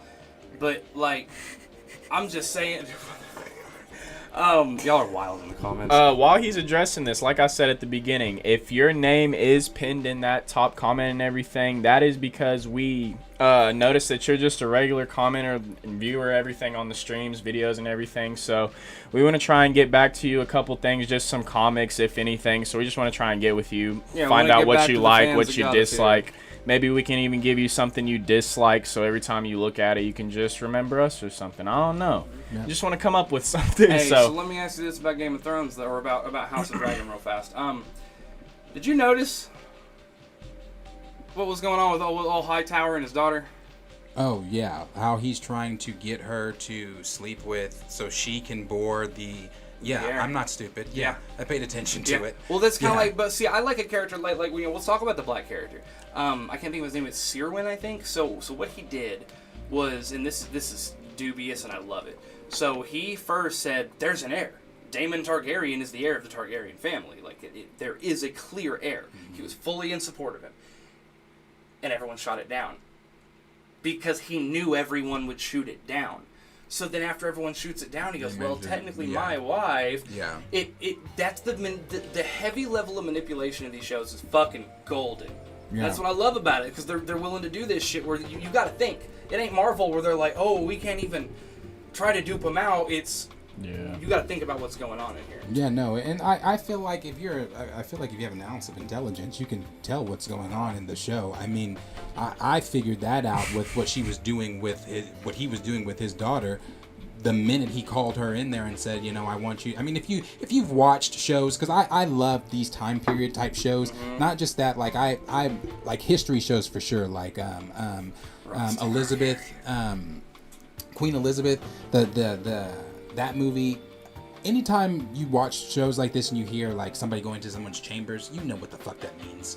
So, you know, it's like I knew exactly what he was trying to do. I know what his mindset is by using his daughter to try to have her get pregnant by the king so that she can bore the new heir and that they can have their stake in the claim of being part of the he's doing shit yeah, for no, his it's manipulative. It's and I like villains like that. I like that manipulative ass shit. Like if you can, if you can. Well, I will say this without spoiling too much, or spoiling anything. If this follows the path of Dance of Dragons, it's got some groundwork to cover. It's got some plots to lay. This is going to be a very bloody, very violent, very aggressive series. Shit, that scene where the dude took the axe to dude's face when he was laying on the ground. I was like, holy fuck. There were so many moments I was like, fuck. I gotta show you the Battle of the Bastards now. But like I said, as always, question is for you guys. What if you're watching House of Dragon? Is it something you're interested in? If you haven't watched it as a first time viewer, or somebody that's watched it less than 24 hours ago, I heavily suggest it. I really do. I suggest going to watch it, even if you have not seen. Lucky Game thing of Thrones. for me, I got 2 eps to watch tonight. Yeah, but I'll throw that out there, dude. It's I great. would recommend this to anyone. Even people who thought Game of Thrones was slow, because Game of Thrones fans, their only complaint so far has been it's too fast. So, like, it's a different pace. They change it up. It goes from first gear to second gear. And if you're someone who hasn't watched Game of Thrones, join me, because neither have I. Yeah, it's great. So we're going to move on to our last, but again, like I said, let us know down below in the comments what you guys think of House of Dragon. If you're watching, if you haven't watched, like I said, suggesting it for sure. But we'll move on to the last topic here that we have, and the last topic that we've got here is just that, because it's a slow week. It's been a really slow week, but we'll hang out with you guys. We're not going to immediately end. We'll hang out here for a sec. But I know that it's been a slow week. D23 is probably going to be the thing that boosts all the conversation once again of some of the things that are going to be dropped at D23. I'm really expecting Marvel and Star Wars. That's a conversation we'll have in the little hangout thing. After this, we'll talk about what Star Wars needs to be doing to bring it at D23. But No Way Home, the more fun version of No Way Home, is going to be back in theaters. And it's going to have new scenes, and I'm not going to play the sound here, but it's going to have new scenes and be back in theaters on September 2nd. It's supposed to have... Hold on, why am I just now hearing about this? Yeah, no, this is... Yeah, Sony is putting it back in theaters, and that, again... well, they're putting it back in theaters. Them niggas is broke. broke. I mean, them niggas is broke. Money, not just for the money purposes, I don't believe, but also there's some connection things there going. And I don't want to get on my whole Sunny in Philadelphia conspiracy theory. It's always Sunny in Philadelphia conspiracy theory. I don't want to be my Charlie Day up here. I was like, this is related to Sunny. No. I don't want to get on my Charlie Day conspiracy theory up here, but because Sony really pissed me the fuck off with Morbius and taking out Spider-Man and all that shit, but I still do believe the core things that I have said, and that is that the Miles Morales thing, they are not going to redo Miles Morales' origin. It was already told brilliantly. Don't need to redo it in live action. I think that it just gets brought into live action somehow. That's the one thing. I still think that Andrew and Toby are definitely coming back. I think Andrew is going to do his Amazing Spider-Man 3 film. There's a thing that's said in there where Andrew, that they added. This was not in the film. This was added. This is new footage where Andrew said, we got to do this again sometime. And Toby says, definitely, we do. Like, they don't just add shit like that just for no reason. There's a reason that some of the scenes and some of the lines that are going to be said in this new extra footage is being put in the film. Because if we're moving, we still have to move toward, yes, they've got... Sony has already said yeah, Marvel's doing the multiversal saga over there. So are we, though, sort of, with Madam Web. Madam Web is supposed to be their Doctor Strange Multiverse of Madness film, and whatever they're trying to do. Now, we know, we didn't talk about it, but we know that we did talk about it. The plot leaks for Madam Web or whatever, and how it's going to be his dad, his mom, or Emma Roberts is playing Mary Parker, and she's going to be pregnant with who everyone is suspecting is Tobey Maguire's Peter Parker and all this kind of stuff. So there's a lot going on there with that. But I think that this is, I mean, I want to see it again. I would go see it again in theaters. I'm definitely going to go see it again because I want to see the extra footage. I want to see what the fuck. Well, see, that's what Double Tars was saying here in the chat. See, he's not dropping a dime on a re-release. Just 11 minutes added. Sounds like a money grab. It is 11 minutes added. You know, I think they should just release Morbius for a third time in theaters. They really want to make some money. Well, and then what he just said I can watch there. No Way Home. You can find it online right now. Yeah, you can watch. It ain't hard. I can watch No Way Home whenever the fuck I want, and the 11 minutes that'll be on the internet just as fast. I don't give a shit. But what he just said too there about Feige asking, or Sony asking Feige for help. No, Sony did ask Feige for help in a way. Feige definitely told Sony to slow the fuck down and to stop trying to speed up what they're doing with their Spider-Verse. Because, like I said, you've got fucking Nature Boy lover Kraven coming in, where he's going to be an animal lover of the world, or whatever the fuck. Right. And you've got them doing all this different... And again, this is why I keep constantly asking with Sony for fucking why. Why are you doing these? Why are we doing things without anything the franchise's outside of main Spider-Man? characters? Yes, like when that was the overall hype for me. I'm speaking for me personally. No, when Morbius you're speaking dropped, for everyone. You're speaking for everyone. Don't. Those trailers dropped and we That's saw why it the did shit because we all realized it had no Spider-Man connection. When they took and Spider-Man off. That's not why it did great and you haven't seen it. That's why it did shit. None of us have seen it. And I've not seen that film, and I refuse to watch that film because I felt in this. I'm not being serious when I say this, but I'm not being serious, but I'm also being serious. I felt betrayed.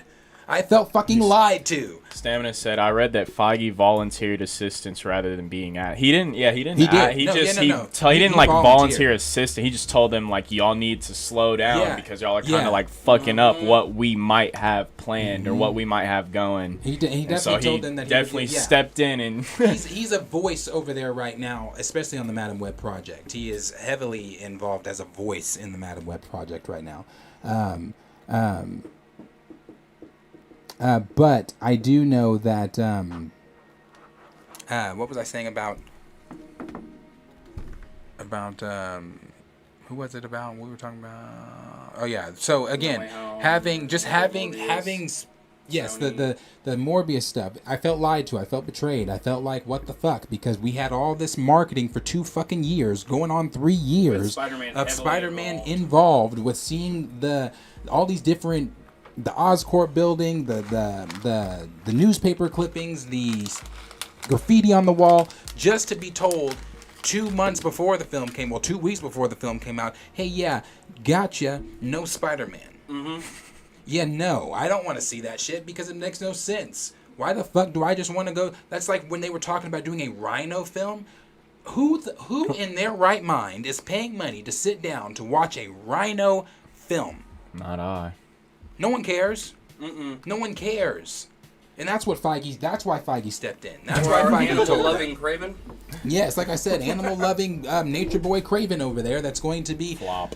fucking holding up signs at petitions instead of hunting Spider-Man. Like he's not even, from my understanding, he's not even going to have the lion vest, whatever. So I don't know. I just think when we talk about Sony, when we talk about things like that, I think they just don't know what they're doing. But No Way Home was their biggest success. That's why they're redropping it, because like he said, it's a money grab. The extra 11 minutes. Hold on, before you even say what you were going to... The extra 11 minutes is because they refused to... When they released the DVD, remember, we were also promised by Sony with the release of the DVD that we were going to get behind-the-scenes footage, we were going to get to see deleted scenes, all that kind of shit. I have the fucking DVD. None of that shit's on there. That's why I got the DVD. Yeah, because I remember you were telling like we're gonna react to the. Yeah, we were gonna DVD. react to the behind the scenes stuff. We were gonna watch. No, none of that shit is on No. there. No, none of that shit's on there. So I know you watched that shit like. yeah, I was like, no, I'm scrolling I was about to through, and I'm like, where's the deleted scenes? Where's the? It's not there. So they are now Go into releasing YouTube. this and trying to cash up on the success that was No Way These niggas Home. done money grab twice, Well, releasing yeah, a yeah, disc. and I don't know. They need to make money back for more. Then they gonna release this disc after. But, I mean, okay, so when it comes to like re-releases in theaters and shit, right? So, excuse me, my mom recently took my son and his cousins to go see the re-release of E.T. in theaters, right? The week before that, she went and saw the re-release of Wizard of Oz in theaters, right? I get re-releasing old films. You touch them up a little bit, make them look better, re-releasing for an audience that wants to see them. That's cool. That's fine by me. Do whatever. But like, I don't know. No Way Home just came out. It's a cash grab. That's all it is. I know that it is. It's just to me, it is. Something can be a cash grab, but also be enough of a have enough for the fans to justify doing it, right? We're wanting money, but look at all the shit you get, right? Or look at this. It's a deal for both of us, But right? see, this just seems literally like give us money. Yeah, and that's what it is though. But there is I was all. about But to But, There ain't nothing but there's for also me, like- this too. there are like people like you, and then some in the comments that are like, well, no, I don't want to pay to go see this film again because I can go watch No Way Home wherever. But there are diehard Spider-Man fans, Spider-Man being one of the biggest IPs, where people will go back and watch this again. People will get in the theaters and go see this. I mean, I already know people that have said, I'm going to go see it again. Hell, I'm going to go see it again. I'm going to go watch it again. And in I'll the agree theater. with Stamina on here. He said, at the end of the day, Sony's movies still have a Marvel logo on them, so it's damage control on Feige's part.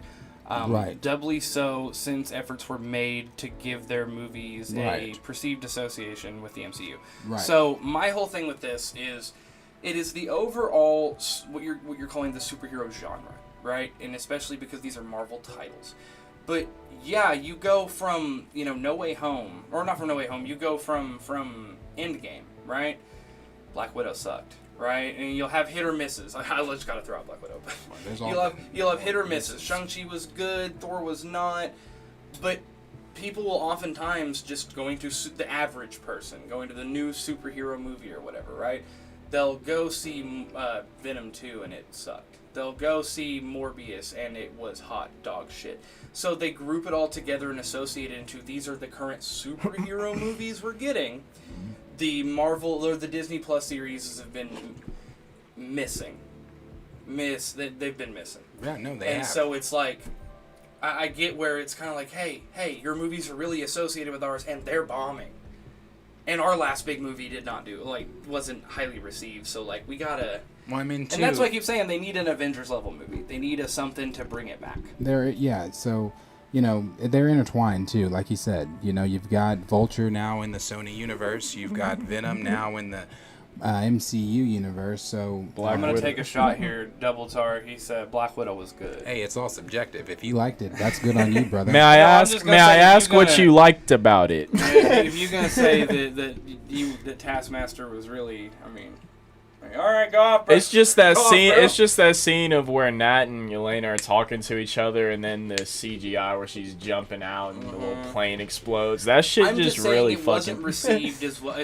But at the Black- same time, the- it was the- on the coattails of Endgame. The reason Black Widow Like- just wasn't received that well is because Black Widow should have come out A before lot Endgame, before. a lot sooner. It would have held a lot more weight had it come out before then, because we already went in. It's just like I say about the Obi-Wan Kenobi show. Why I feel shit, I don't feel anything. Why? At no point did I feel like Leia was in danger, because I've seen her in episodes 4, Leia, 5, yeah. 6, 7, 8, and 9. At no point did I ever feel that Obi-Wan was in danger, because I know he dies in episode 4. So there's no stakes watching it, and that was the same thing watching. This shit, there's no stakes. the shit. Bro, couldn't even remember. Black Widow, there's no fucking stakes. But there's I'll no agree with stakes in Black Stamina Widow. here, where he said the Black Widow was the the dictionary definition of mid. It wasn't great, or awful, just knee-bucklingly average. What is your... My thing for anything Marvel does is aggressively okay. Aggressively okay. It's aggressively okay. Like Thor: Love and Thunder, I used to say Thor: Love and Thunder was aggressively okay. It's not aggressively okay. It's just trash. I was about to say. No, Thor: Love and Thunder is just simply. I mean, I ain't thought about that movie since we left the seats. It's terrible. They were talking about how it's about to be on Disney Plus. I don't give a shit.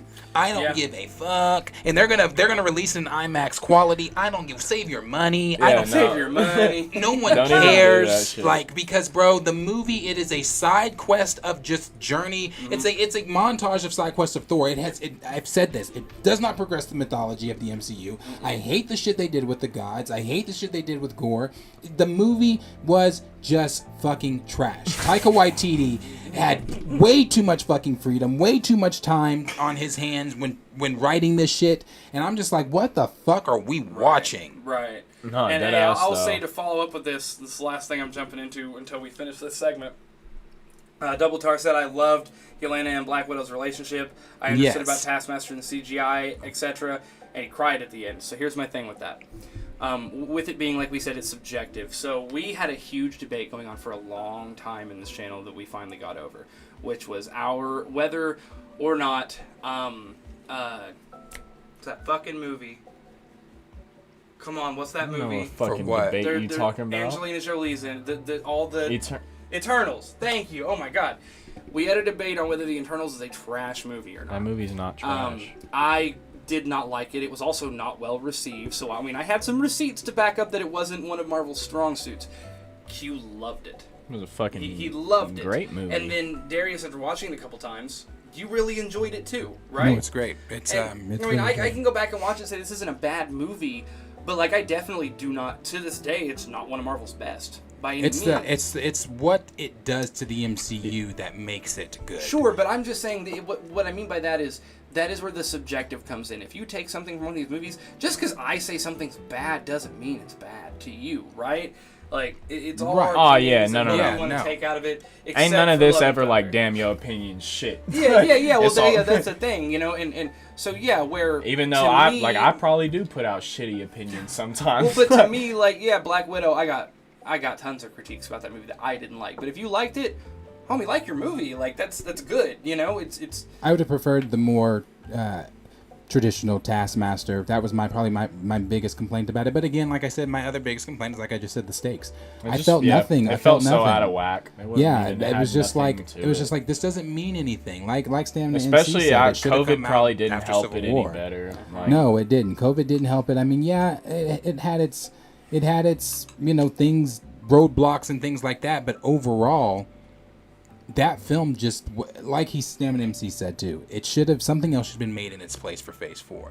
So another movie should have been put in its place for Phase 4, and that movie should have came out around Civil War's time, because coming out at that time, like, when you watch it in order for somebody that's never seen Endgame, like when I was watching it with, I told you my friends are on their Marvel journey, when we got to that, they hadn't seen Endgame. I didn't want to show that post-credit scene because I was like, well, I don't want them to know that the bitch is dead. Mm-hmm. Like, I was like, I don't want them to know that she's dead. I want them to, because if they would have saw that, I'm like, wait a minute.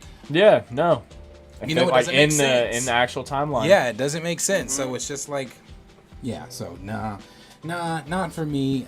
But that's, if you're going to go see No Way Home in theaters again, let us know down below in the comments. That is what we've got for the topics today. It's been slow. It's going to continue to be slow until SDCC, until D23 comes out. But we will say this. You want me to fill them in again? So they know what's coming? Yeah, you can go ahead and fill them in a little bit. We're not going to exit just yet, though. Go ahead. Yeah. I mean, we're not going to drop the stream just yet by any means. But I will say... So, like I said, we're on our what I call the grind to 1,000, or the quest to 1,000. We want to get 1,000 subs by the end of the year. But again, saying that number 1,000, that's a crazy deal to us. I remember when we had 50, and there's some people that have been with us since that start, since that 50 mark hit, since our first video dropped, that were commenting, encouraging us, keep the conversations going, and we want to give back to you guys. We want to give. This is all fan driven. Everything we do or are allowed to do is because you guys allow us to do it. It's a big deal to us. Like today, again, I just want to shout out one more time. I will shout you out personally. Now I have the time to do it on our Streamlabs. We've had let's see here. Double Tar was the first one with 20. Stamina MC gave us 20 as well. Caden dropped 20. Namir dropped 25. I'm saying that right this time? Yeah. Okay. And this is amazing. We've never even had donations before. It's a big fucking deal. This is huge. It's humbling. So to see stuff like that, it's crazy. We've dropped the names of people that we've remembered from day one that have been with us from the start, and we want to get in touch with you guys. Those names again, Cornelius, Terrell Austin, T-Biz, Sinclair the Wolf, ADCTW, Raymond 2000. That man Stan. We'd like to give you guys back something, so DM us if you get a chance. But also, this is the second thing. We've added a couple more people to the show. We've been recruiting people, friends, people that we know that have a diverse knowledge base in all things pop culture, and we're going to be bringing them on. The show's going to be changing up a little bit. We might change up, do the lives on Fridays, get more of you guys in here after work or whatever. Still going on our recast T'Challa, still doing everything the same that we do. But then we can go Sundays and we can cover different content, more in depth like House of Dragons, the Lord of the Rings series coming up. Watch more shows with you guys, give us more of what you want and what we like talking about, with a larger cast to support us. Sorry, guys. So definitely expect that coming. It's something we're very excited about. Yeah. And again, one last time, for all the donations we got today and our Streamlabs, I am beyond humbled for it, and I thank you guys so much. Yeah, we really appreciate it. We really, really do. It's really cool to see the growth and see the things that you're working hard for actually, but this is fun for us. It's not just something, it's not a job. It's fun. It's something I enjoy getting in here and doing. I look forward to this every week. I look forward to hanging out with you guys. I look forward to the things that we get to talk about. It's fun. No, like deadass, whenever I watch some stuff, I'm like, I wonder, Laurent, because, there be some comments I remember, so I'll be, I wonder what Stamina thought of this shit. Yeah. Because most of the time, Cornelius be the one making me laugh and shit, so I'll be like, I know this shit probably or I'll check, because I think we follow him on Twitter even, so it's if you, we remember and everything, we try to get engaged with you guys on more than just this, Twitter and everything, so I know we're not that big on Instagram or Twitter yet, but definitely if we can, any comments you guys want to leave or suggestions for us to get better or anything, we're always open to that, because it's mainly, we don't do this for us, we do, but at the same time, we mainly do it for y'all and everything. And a segment that we are also going to be starting is where we're going to have on certain, it's going to be a segment of its own, but where we're going to be answering just questions, where when you guys send questions, we are going to just be answering different questions of what you guys are saying, or what questions that you guys may have about anything, movies, some of the topics we've talked about, personal questions, whatever questions you guys may have. We answering those questions for you guys. You can even do a call-in live where we could talk to you guys live and things like that. So we have a lot of big things coming up. There's some things I wanted to address here from Brian Gosling. Brian Gosling said Shang-Chi, in his opinion, is vastly underrated, and I agree. It really is. Yeah. When we talk about Phase 4, we always skip over Shang-Chi. We always say, we go immediately to No Way Home when it comes to movies. We talk about, how good it is as a film. It's the best film. But really, when you think about it, Shang-Chi is right there. It was my experience with it. I love that film. I thought it was really good. I watched it several times. Scene. Yeah, the bus scene, the opening scene with the Mandarin when he's taking out the army. I think that his mom it's and really Pop's cool. Fighting. Yeah, and Talo, that was dope. That airbending shit they were doing. Yeah, I mean, that shit was dope. Shit, like the arrow shooting and stuff and whatnot. But my biggest complaint was oh no, we're trapped in this endless maze. Boom, I'll get you out. Just corny shit. But overall, typical Marvel MCU stuff. But the film overall was a good. Hey, Stamina MC said, and we can go into this a little bit because we're done with the major part of the stream today. He said, "We're gonna, are you going to get some live calls going and/or watch-alongs maybe?" So here's kind of the quick breakdown. Like I said, we're wanting to move our main live stream to Friday nights. Get more of you guys in here, spend more time with us. We're gonna start doing some more filming on Sundays, and hopefully that can become alive in itself as well. We are going to be always doing our watch so we'll be watching. We always sit down and watch She-Hulk. We're gonna do it with. Well, he's talking live watch along. I think with our watch, we would definitely want to get to those. But when we do our reactions, we're we're just starting out. So every time we seem to film something, we run into an issue and everything. So Right, but I'm that's the sure as thing, soon as yeah. we get everything perfected on this end and stuff, going live for reactions is something that we'll definitely But be doing. to answer that, yes, Stamina, we are going to be doing the live in calls. Yeah, like I said, I if want you to have wanna that. I short want to answer. have that section there, that segment there, where we are doing live ins with you guys, and you guys are, calling in, answering, asking us questions, whether that be about different topics throughout the week, or something that you've heard, or addressing rumors, or even a personal question. We want to be there to, just hang out with you guys. That's what we want to use some of those live call-ins for. Yeah. You want to just come on here and debate, spit out a But hot I mean, take yeah, or that's some the thing. shit. I don't know how we'll necessarily line it up yet, as far as if it's going to just be a first come first serve, or if we do it through via super chat system, or however we would. At that point we're going to be needing more. There's a lot that goes on here, and that's another thing I was going to say about these, like the donations we have today. Everything we get out of this goes right back into this, so that's something that will always be improving this channel. Everything's been a learning curve. So the first time we start doing live watch alongs, there might be a hiccup or two, and then we figure it out. Basically anything we do, right? So we constantly want your feedback. We constantly want to improve the channel, buy more equipment, and just make it better. Yeah, no, there's a lot that's going to be going on. But I wanted to answer another one here from that said that, Phase 4 hangs very heavily on Black Panther Wakanda Forever. They fucking wish.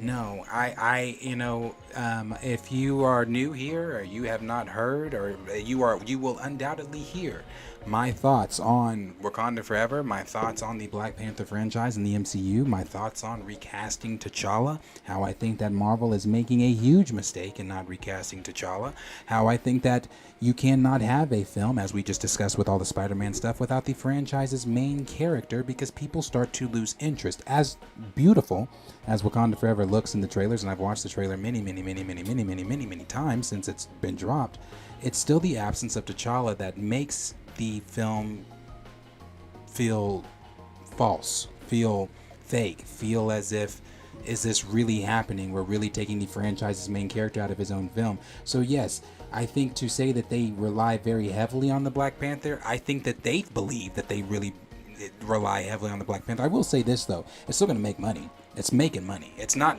going to make the money, because the curiosity factor is there. There were a lot of people too. I'm not a House of Dragon, Game of Thrones mega fan like that, but I'm not stupid too. I'm still in these spaces. I'm still seeing things out there. There were a lot of people that watched Game of Thrones and were dissatisfied with the finale of Game of Thrones, that were coming into House of Dragon like, more curious than anything. Like, what are you doing with this? How are you going to do this? And I think that's the same curiosity that's being brought over to Wakanda Forever. It's more so of a, I'm going to sit my ass down in the seat because I want to see, what the fuck are y'all going to do? Right. How the fuck are you going to do this? Well, hey, what are and you I'll say doing it's with T'Challa exactly? It's another deal here, just because I know from personal experience. So the reason Game of Thrones went bad in the last 2 seasons, well, really season and a half, is because they ran out of source material, right?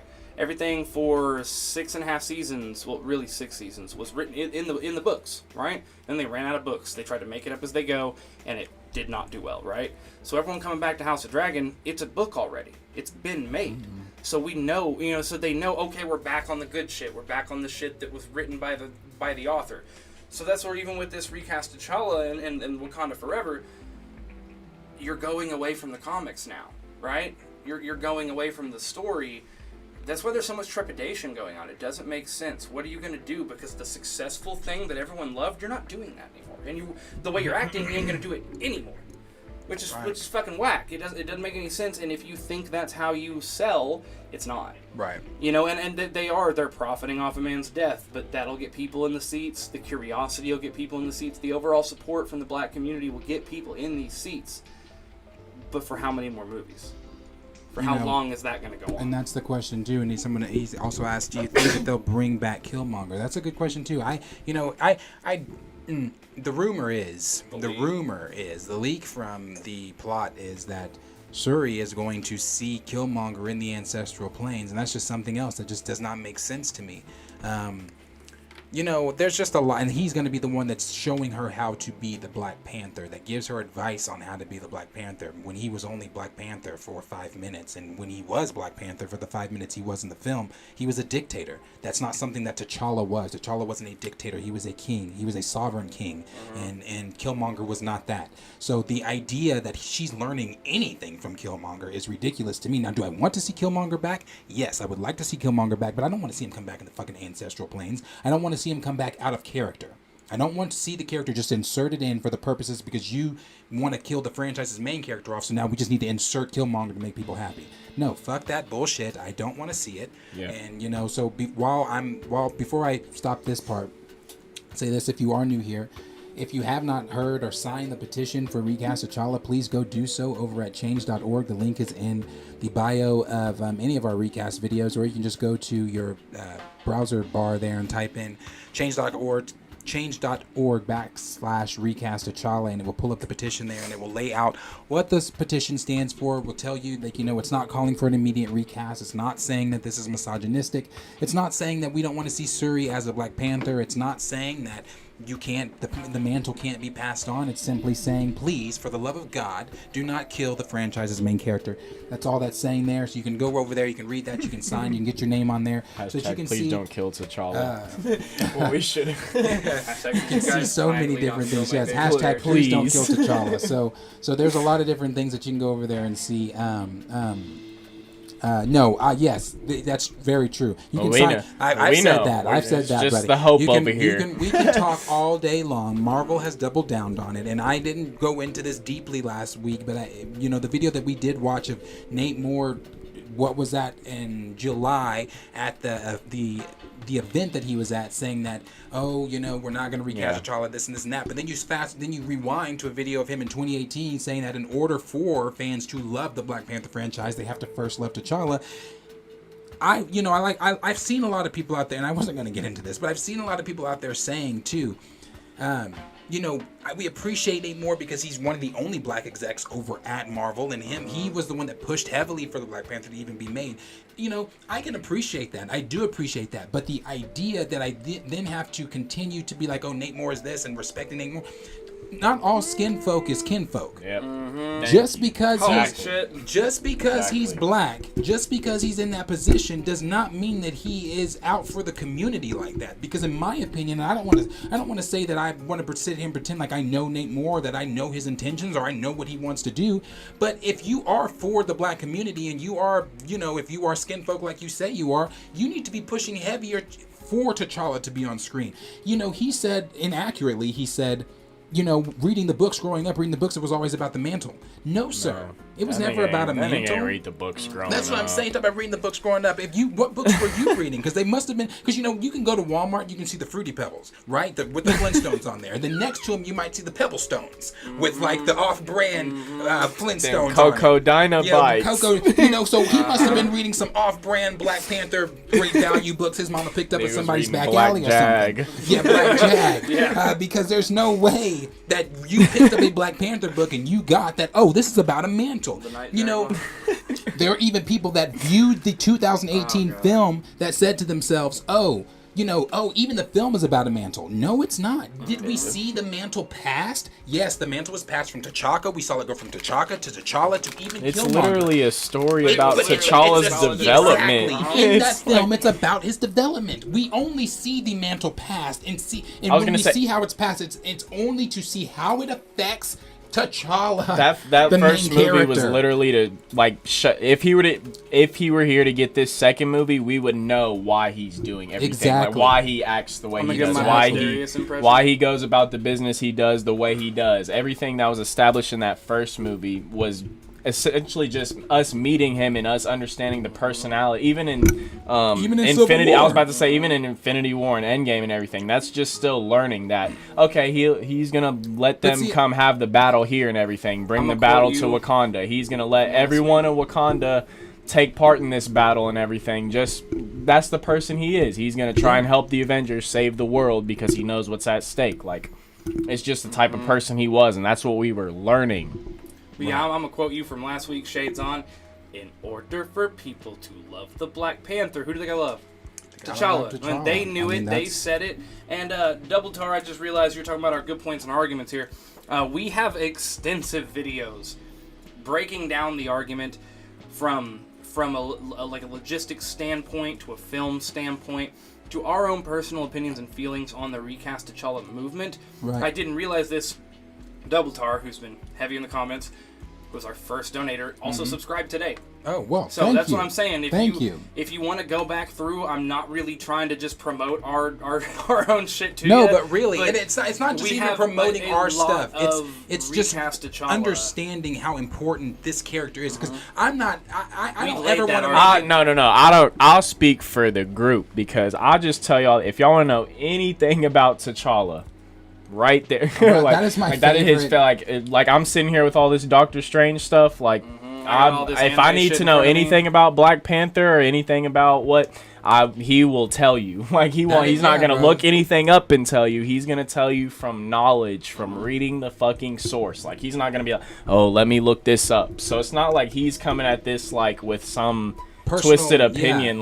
This is just like he knows how important he is to the it's big never picture. About me. It's never. Anytime you see one of our recast videos go up, it's never about me. It's never about us. It's not about Planet Fanatics. It's about the importance of the character. It's about what the character means. As I said earlier, representation and inclusion are so important. It's about these little black boys and little black girls, and not just little black boys. I've said this before. Little brown boys, and even the little white, like Chadwick Boseman said himself. We've even got little white Black Panthers out there that want to see the character of T'Challa. It's not about the mantle. I'm saying this so calmly. I don't care. We don't care if you want to put the mantle on anyone else's head. As I mentioned in the movie, we saw the mantle pass through several different hands, but it ultimately comes back to T'Challa because it's T'Challa's story. That's what's right. That's what it's about. I mean, so back to Nate Moore saying that it's about a mantle. I don't know what books you picked up. Because I'm not sure what comics you've read. I'm not sure what sources you are going to for the character because it's never been about that. It's never been about that. Yeah.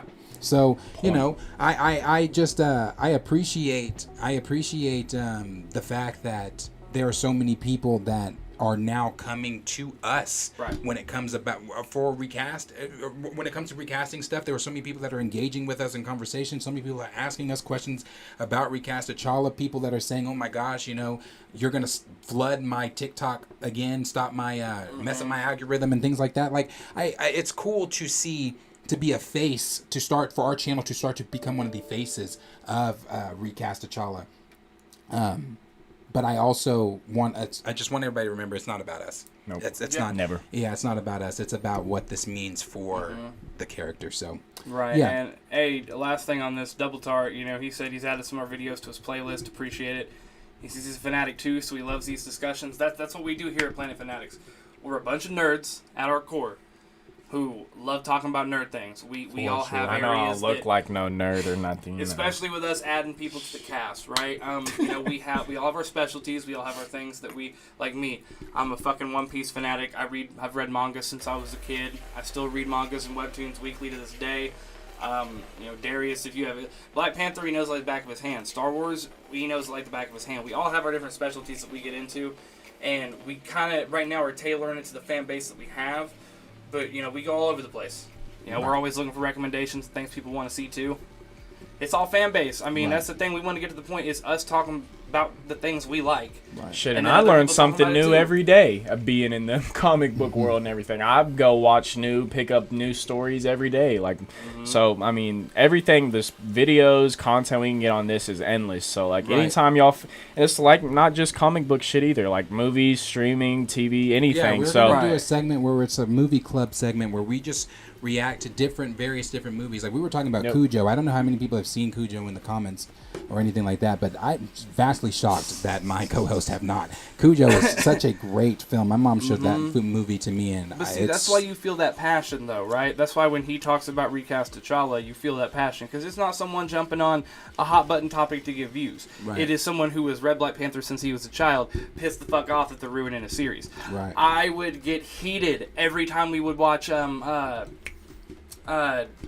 Knight. because I've wanted a Moon Knight series since the MCU. That touches what Double Stare just said there too. What you're going on when he just said future discussion when Marvel screw up Daredevil. Yeah, but see and that's the thing. I wanted Moon Knight since Tobey Maguire's Spider-Man came out. My uncle showed me Moon Knight, and I fucking loved it as a comic book. So every single episode we watch, I would have to be like controlling it because it wasn't a bad show, but I'm like, it's not fucking Moon Knight. It's not fucking Moon Knight. Y'all aren't fans of this. You don't fucking know it's not my character. And we'd have some commenters being like, why does he just want to see violence? Or why does he just... fuck you, I want to see my character. And that's... So we're very passionate about this stuff. And as a future discussion, will Marvel screw up Daredevil? Yeah. Sorry. I'm back out of that. Yeah. Man. 100%. What made it good? The constant care for their fights. Fights made Daredevil good. There's Marvel's in that a goddamn hallway scene. Marvel's in a place right now. Marvel's in a place right now. But one of the last things that I wanted to touch on the just today was just the state too of going into D23. We will see Marvel give out their whatever's coming out, but we're also going to see right after Marvel, Star Wars is going to then put out everything that they've got coming out. And I'm going to say, in order for Star Wars to impress me, as a massive Star Wars fan, and I do mean massive, I can talk to you about Star Wars as if that shit is real. As a massive Star Wars fan, in order to impress me, you're going to have to really lay some shit out. And when I say lay some shit out, that's still not going to impress me. Because Star Wars is constantly saying, well, this is coming and this is coming, just to cancel it. Just to say, oh, well, psych, we're not doing it. Just like how they were going to redo... Knights of the Old Republic, and they said, "Oh, psych, we're not redoing it. It's canceled now." Just like when they were going to do Patty Jenkins' Rogue Squadron, psych, we're not doing that shit. It's canceled. Just like when they were now Bad Batch Season 2 has been pushed back. Like, Star Wars is in a place. Obi-Wan Kenobi, I don't care what anyone thinks. I don't care. It's subjective. Obi-Wan is trash. That show is trash. It is so bad. There are good moments. And when I say good moments, I can count them on one hand, not using all my fingers. There are good moments, but the show is so trash. And they said so many times before the show came out, oh, the care that we're gonna take. I guess this is another thing where you can look at a certain director like Deborah Chow, who has directed episodes of The Mandalorian who are great, but then you get her over in the Obi-Wan seat, and it's like, oh shit, she fucked this up. Because it's not good. The Inquisitors whine the entire time. That makes it seem like the Inquisitors are after Daddy Vader's approval, when really the Inquisitors could give a fuck, even in the comics, about Vader's approval. Now, do they want his approval to a degree as the Dark Lord of the Sith? Yes, that too, but at the same time, they don't fight each other for his approval. They're not trying to do that. Like, the Inquisitors are after one thing, and that is taking down surviving Jedi. They don't care about the childish sibling rivalry that they made them have in Obi-Wan. I thought that was really played out. I also thought in Obi-Wan, the whole thing with, I'm sorry, I don't like it. I don't like that. Nigga's finna just rant. I don't like that he met Leia. I don't like that. He shouldn't have met Leia. Leia specifically said years ago, you served my father in the Clone Wars. Like I think I checked my phone and started listening again, and my nigga's just going. I was looking at our total viewership real well, or something, and I'm like, I look up and bro's just ranting on Obi-Wan. I'm hurt. I'm hurt over Obi-Wan. Real quick though, let me address this. So did you get in contact with everyone we're trying to get in contact with today? I didn't get in contact with them, but I'm pretty sure everyone. Again, I see Raymond 2000 still in here, and Cornelius. Make sure y'all hit us up. You can either, I don't know if you can do it through here. Just DM us on Twitter, Instagram. Instagram, Planet Fanatics. Again, that's Cornelius, Raymond 2000, Terrell Austin, T-Biz, Sinclair the Wolf, ADCTW, Stamina MC, Rashad Walker. Make sure y'all inbox us in some way, shape, or form. We're trying to show appreciation to people who've been with us since the very beginning. Yeah. So I won't continue the rant, but I had to cut you off just because I feel like that could fucking go on forever. I won't continue. You can argue with yourself. I won't continue the rant, but I will say that Star Wars has to bring it at D23. Well, that was going to be my. I wasn't going to ask you about Star Wars really, but really my last thing is like, what's one thing that you want Marvel, that you want to see from Marvel at D23? I want the fucking X-Men mentioned. I want the X-Men mentioned. Yeah. It's been too long since they last were mentioned. What was that, 2018 that they were last mentioned? And yeah, we're getting mutants and shit like that. But, you know, that's unorthodox shit. Like Kamala Khan being a mutant. Like, I don't want that. That's cool. Ooh. Like, can we get the actual mutants? Yeah. Can I don't want to just see the mention of Wolverine. As exciting as that is. Yeah. I want to see Wolverine. Jump in that I want to see Charles. I want to see the X-Men. You know, I just... Bleh. So I hope this whole thing about not being able to use them until after Secret Wars, I hope that's false. I really, really hope that's false, because you got to think about that. That's 2025. That's 2 more whole fucking years before we would get to see the X-Men. And how many people do you think by that time are just going to be completely checked out of the MCU? Because, I mean, I'm not saying that. I am saying that, actually. There are people right now that are getting like Cody. Cody, who adored the MCU when he was here, who just told me last week, I'm getting sick, I'm getting checked out because the shit's just not interesting anymore. Unless it's a feature film, I don't care. So most fans are like that. And I think if Marvel is smart, and I believe Kevin Feige is, then you need to enter in these characters that are household name characters. Well, you're bringing in Ironheart, who no one fucking knows. They tailcode, or they wrote the besides tailcodes, hardcore though. Fans. Because again, you know, WandaVision and Loki. Damn it, Trey. What, did it fall? You messed up our lights. Damn, son. There you go. So, WandaVision and Loki, you know, they were on the coattails of fucking. This nigga got these damn Demigorgon Stranger Thing lights on. Yeah, I'm finna talk to Will. All right, fine. Hold on.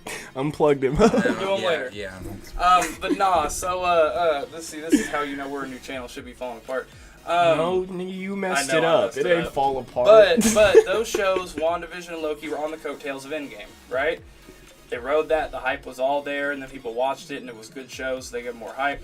And now it's just kind of doing this, right? It and is. now that you're having, you know, because we argued for Ms. Marvel's sake. We argued that, hey, you know, it's a good show, and it was. It was. And then we argue for She-Hulk, but then, again, a House of Dragons comes out, and you're like, you know what? Fuck, that show really not that good, is it?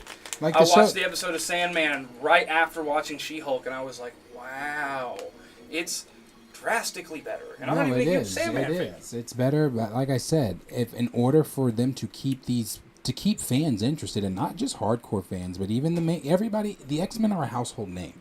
When you hear Ironheart, if I was to go to regular fans, like I said at my job, and just say, hey, anybody watching Ironheart? Iron who?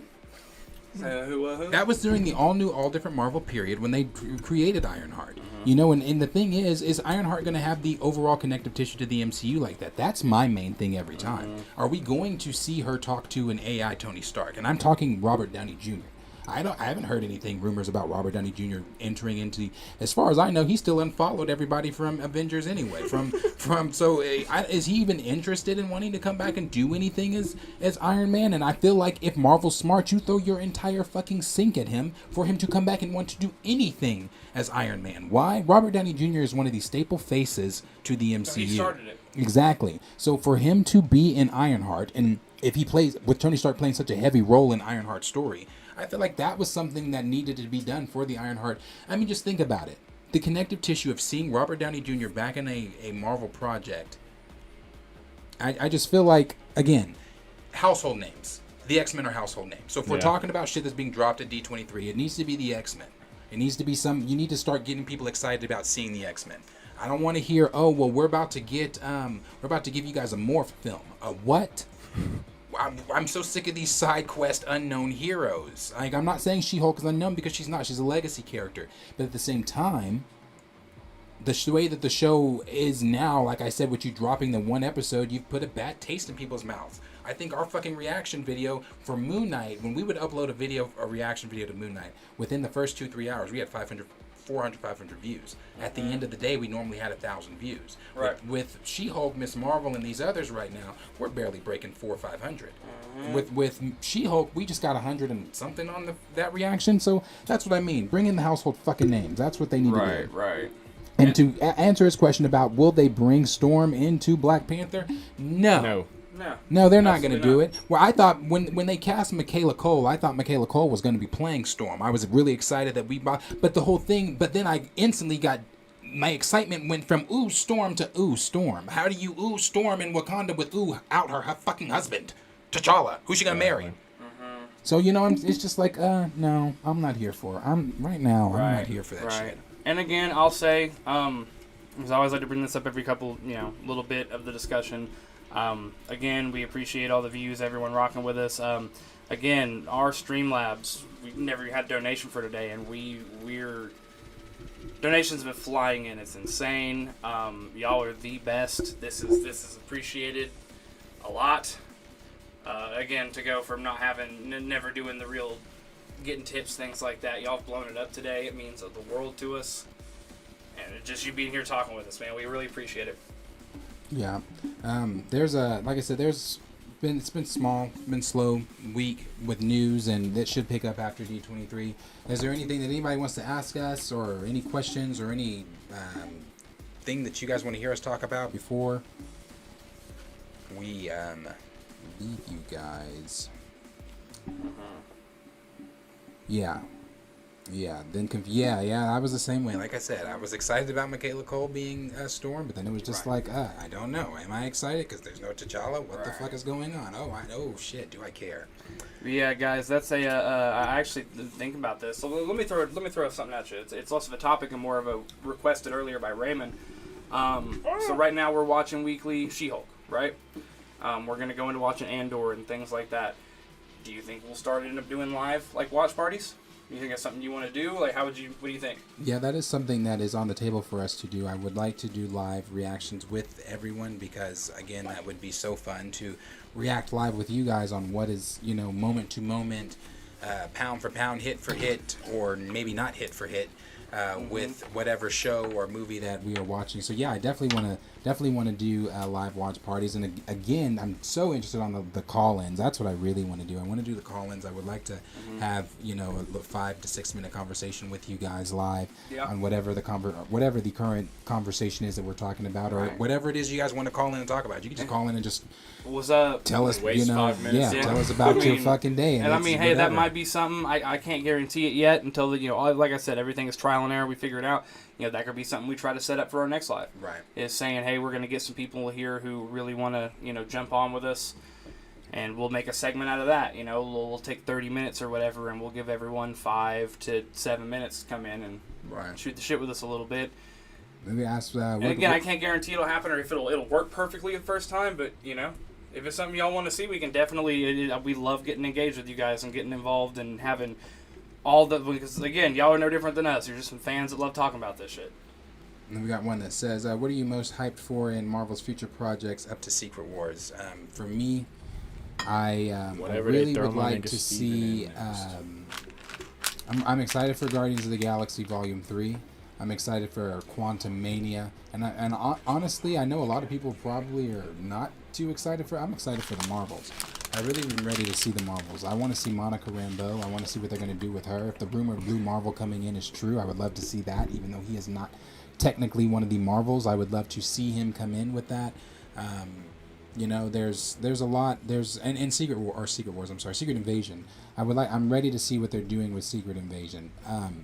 Damn, I guess Loki season 2 also. But those are I'm stopping there. Those are the ones I'm looking forward to for sure. Loki season 2. I obviously Kang Dynasty and Secret Wars are a given, but so that's why I put those on there. But those are the ones I'm looking forward to seeing. I'm ready to see some Kang. Ready to see Kang do his thing for sure. Yeah, I'll say I really want to see Ant-Man. Surprisingly, Quantum Mania is one that I'm definitely shocking because I want to see. Really shocking. I didn't care too much for the first 2 Ant-Mans. I mean, they're fine. They're fine. People liked them. It was a good, wholesome sit-down watch. Aggressively okay, whatever. But this one, with how much depth we got going on right now, and how much importance we have going on in the with the multiverse and the quantum realm, I'm here for it, 100%. And man, with what it can do, I'm fucking excited. Yeah. It'd probably let me down because Marvel's been doing that. See, that's my fucking opinion here lately on Marvel. It pisses me off. I mean, but that's the current conversation. That's where my expectations are tempered. I gotta keep them down. That's where we currently are with Marvel. It's just like I said with She-Hulk. Am I looking forward to this Thursday? Okay, sure. I guess. Yeah, I'm gonna watch it. But I can't sit here and say because with WandaVision at the end of each episode, I was like, damn. I have so many questions. I have to wait a whole week. Or even with Star Wars Clone Wars Season 7, when season 7 dropped, I was up every night, 2 a.m., making sure that I was watching. That shit was that episode where Ahsoka fights Maul and they go through the whole thing of him realizing what's going on and him, that shit was just so brilliantly done. So that's where I want to be at with Marvel again. I want to be at the place where I'm like, okay, I'm waking up. I want to see this shit from week to week. I'm excited. I ain't there. There's not even I ain't there. Shout out everyone who subscribed during this live. We're up to 642. Oh, God, it's so much appreciated. So like I said, yeah, we appreciate you guys. We appreciate you guys hanging out with us during this time. Like I said, there's going to be a lot of changes that are coming, and We appreciate you guys hanging out with us. We appreciate you guys being subscribed. We appreciate the donations. This is our first time ever receiving donations in a live stream, and we appreciate that. We have only been a channel.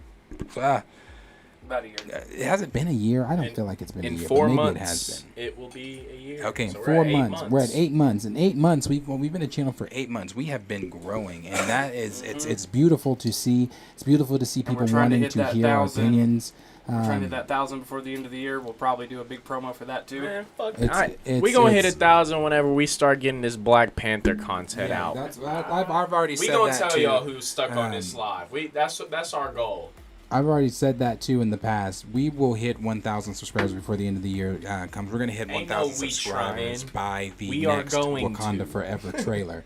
That trailer, the next Wakanda Forever trailer, highly think is going to boost us to that 8-9 realm. And everything from that's going to go on. So I appreciate you guys. Like I said, we appreciate all of you guys being here. Last Birds comment from there. a I'm sure feather flock Feige is together. feeling the disappointment. Rumor is that why they mentioned so much at Comic-Con. Oh yeah, that's true too. And I'll say this too. I'm not going to get into it because we're not going to get into this right now. But I will say this to leave you guys to have something thinking on. I've said this before. I think Kevin Feige leaves in the next 10 years. I do not believe that. I think Kevin Feige might be out after the Secret Wars saga. I really do. I really do. There are not a lot of good things going Unless on they get over rid at of that Marvel new right shape now. pack again. Feige having to answer to people. That was something he almost left Marvel for the first time. Then almost went to DC because he didn't like the management having to answer to people and having to run his ideas through everyone. So keep that in mind. Let's in Feige we trust, but let's keep Kevin Feige in our prayers. Oh, that he stays with. Kevin Kevin Feige. He Feige. also Kevin know Feige. what's best for him. Yeah, and guys, remember we'll be back here next Sunday. Thursday we will have video She-Hulk drop in. And Yeah. long live Maybe Chadwick Friday. Boseman, Stamina MC. Of course, long live our brother Chadwick Boseman. May he rest in peace. Right, but this is the thing. We do it every Sunday. Eventually, the date's going to change to Fridays and Sundays. We'll let you know as that progresses. But right now, we will see you guys next Sunday for sure. We appreciate you guys again. Like I said, so much for the donations. That is so much well appreciated. Yeah, and the we appreciate donations you guys is a hanging out huge with us. deal. As always, like, subscribe, share with your friends, and we will see you guys in the next live stream. Yabba dabba doo.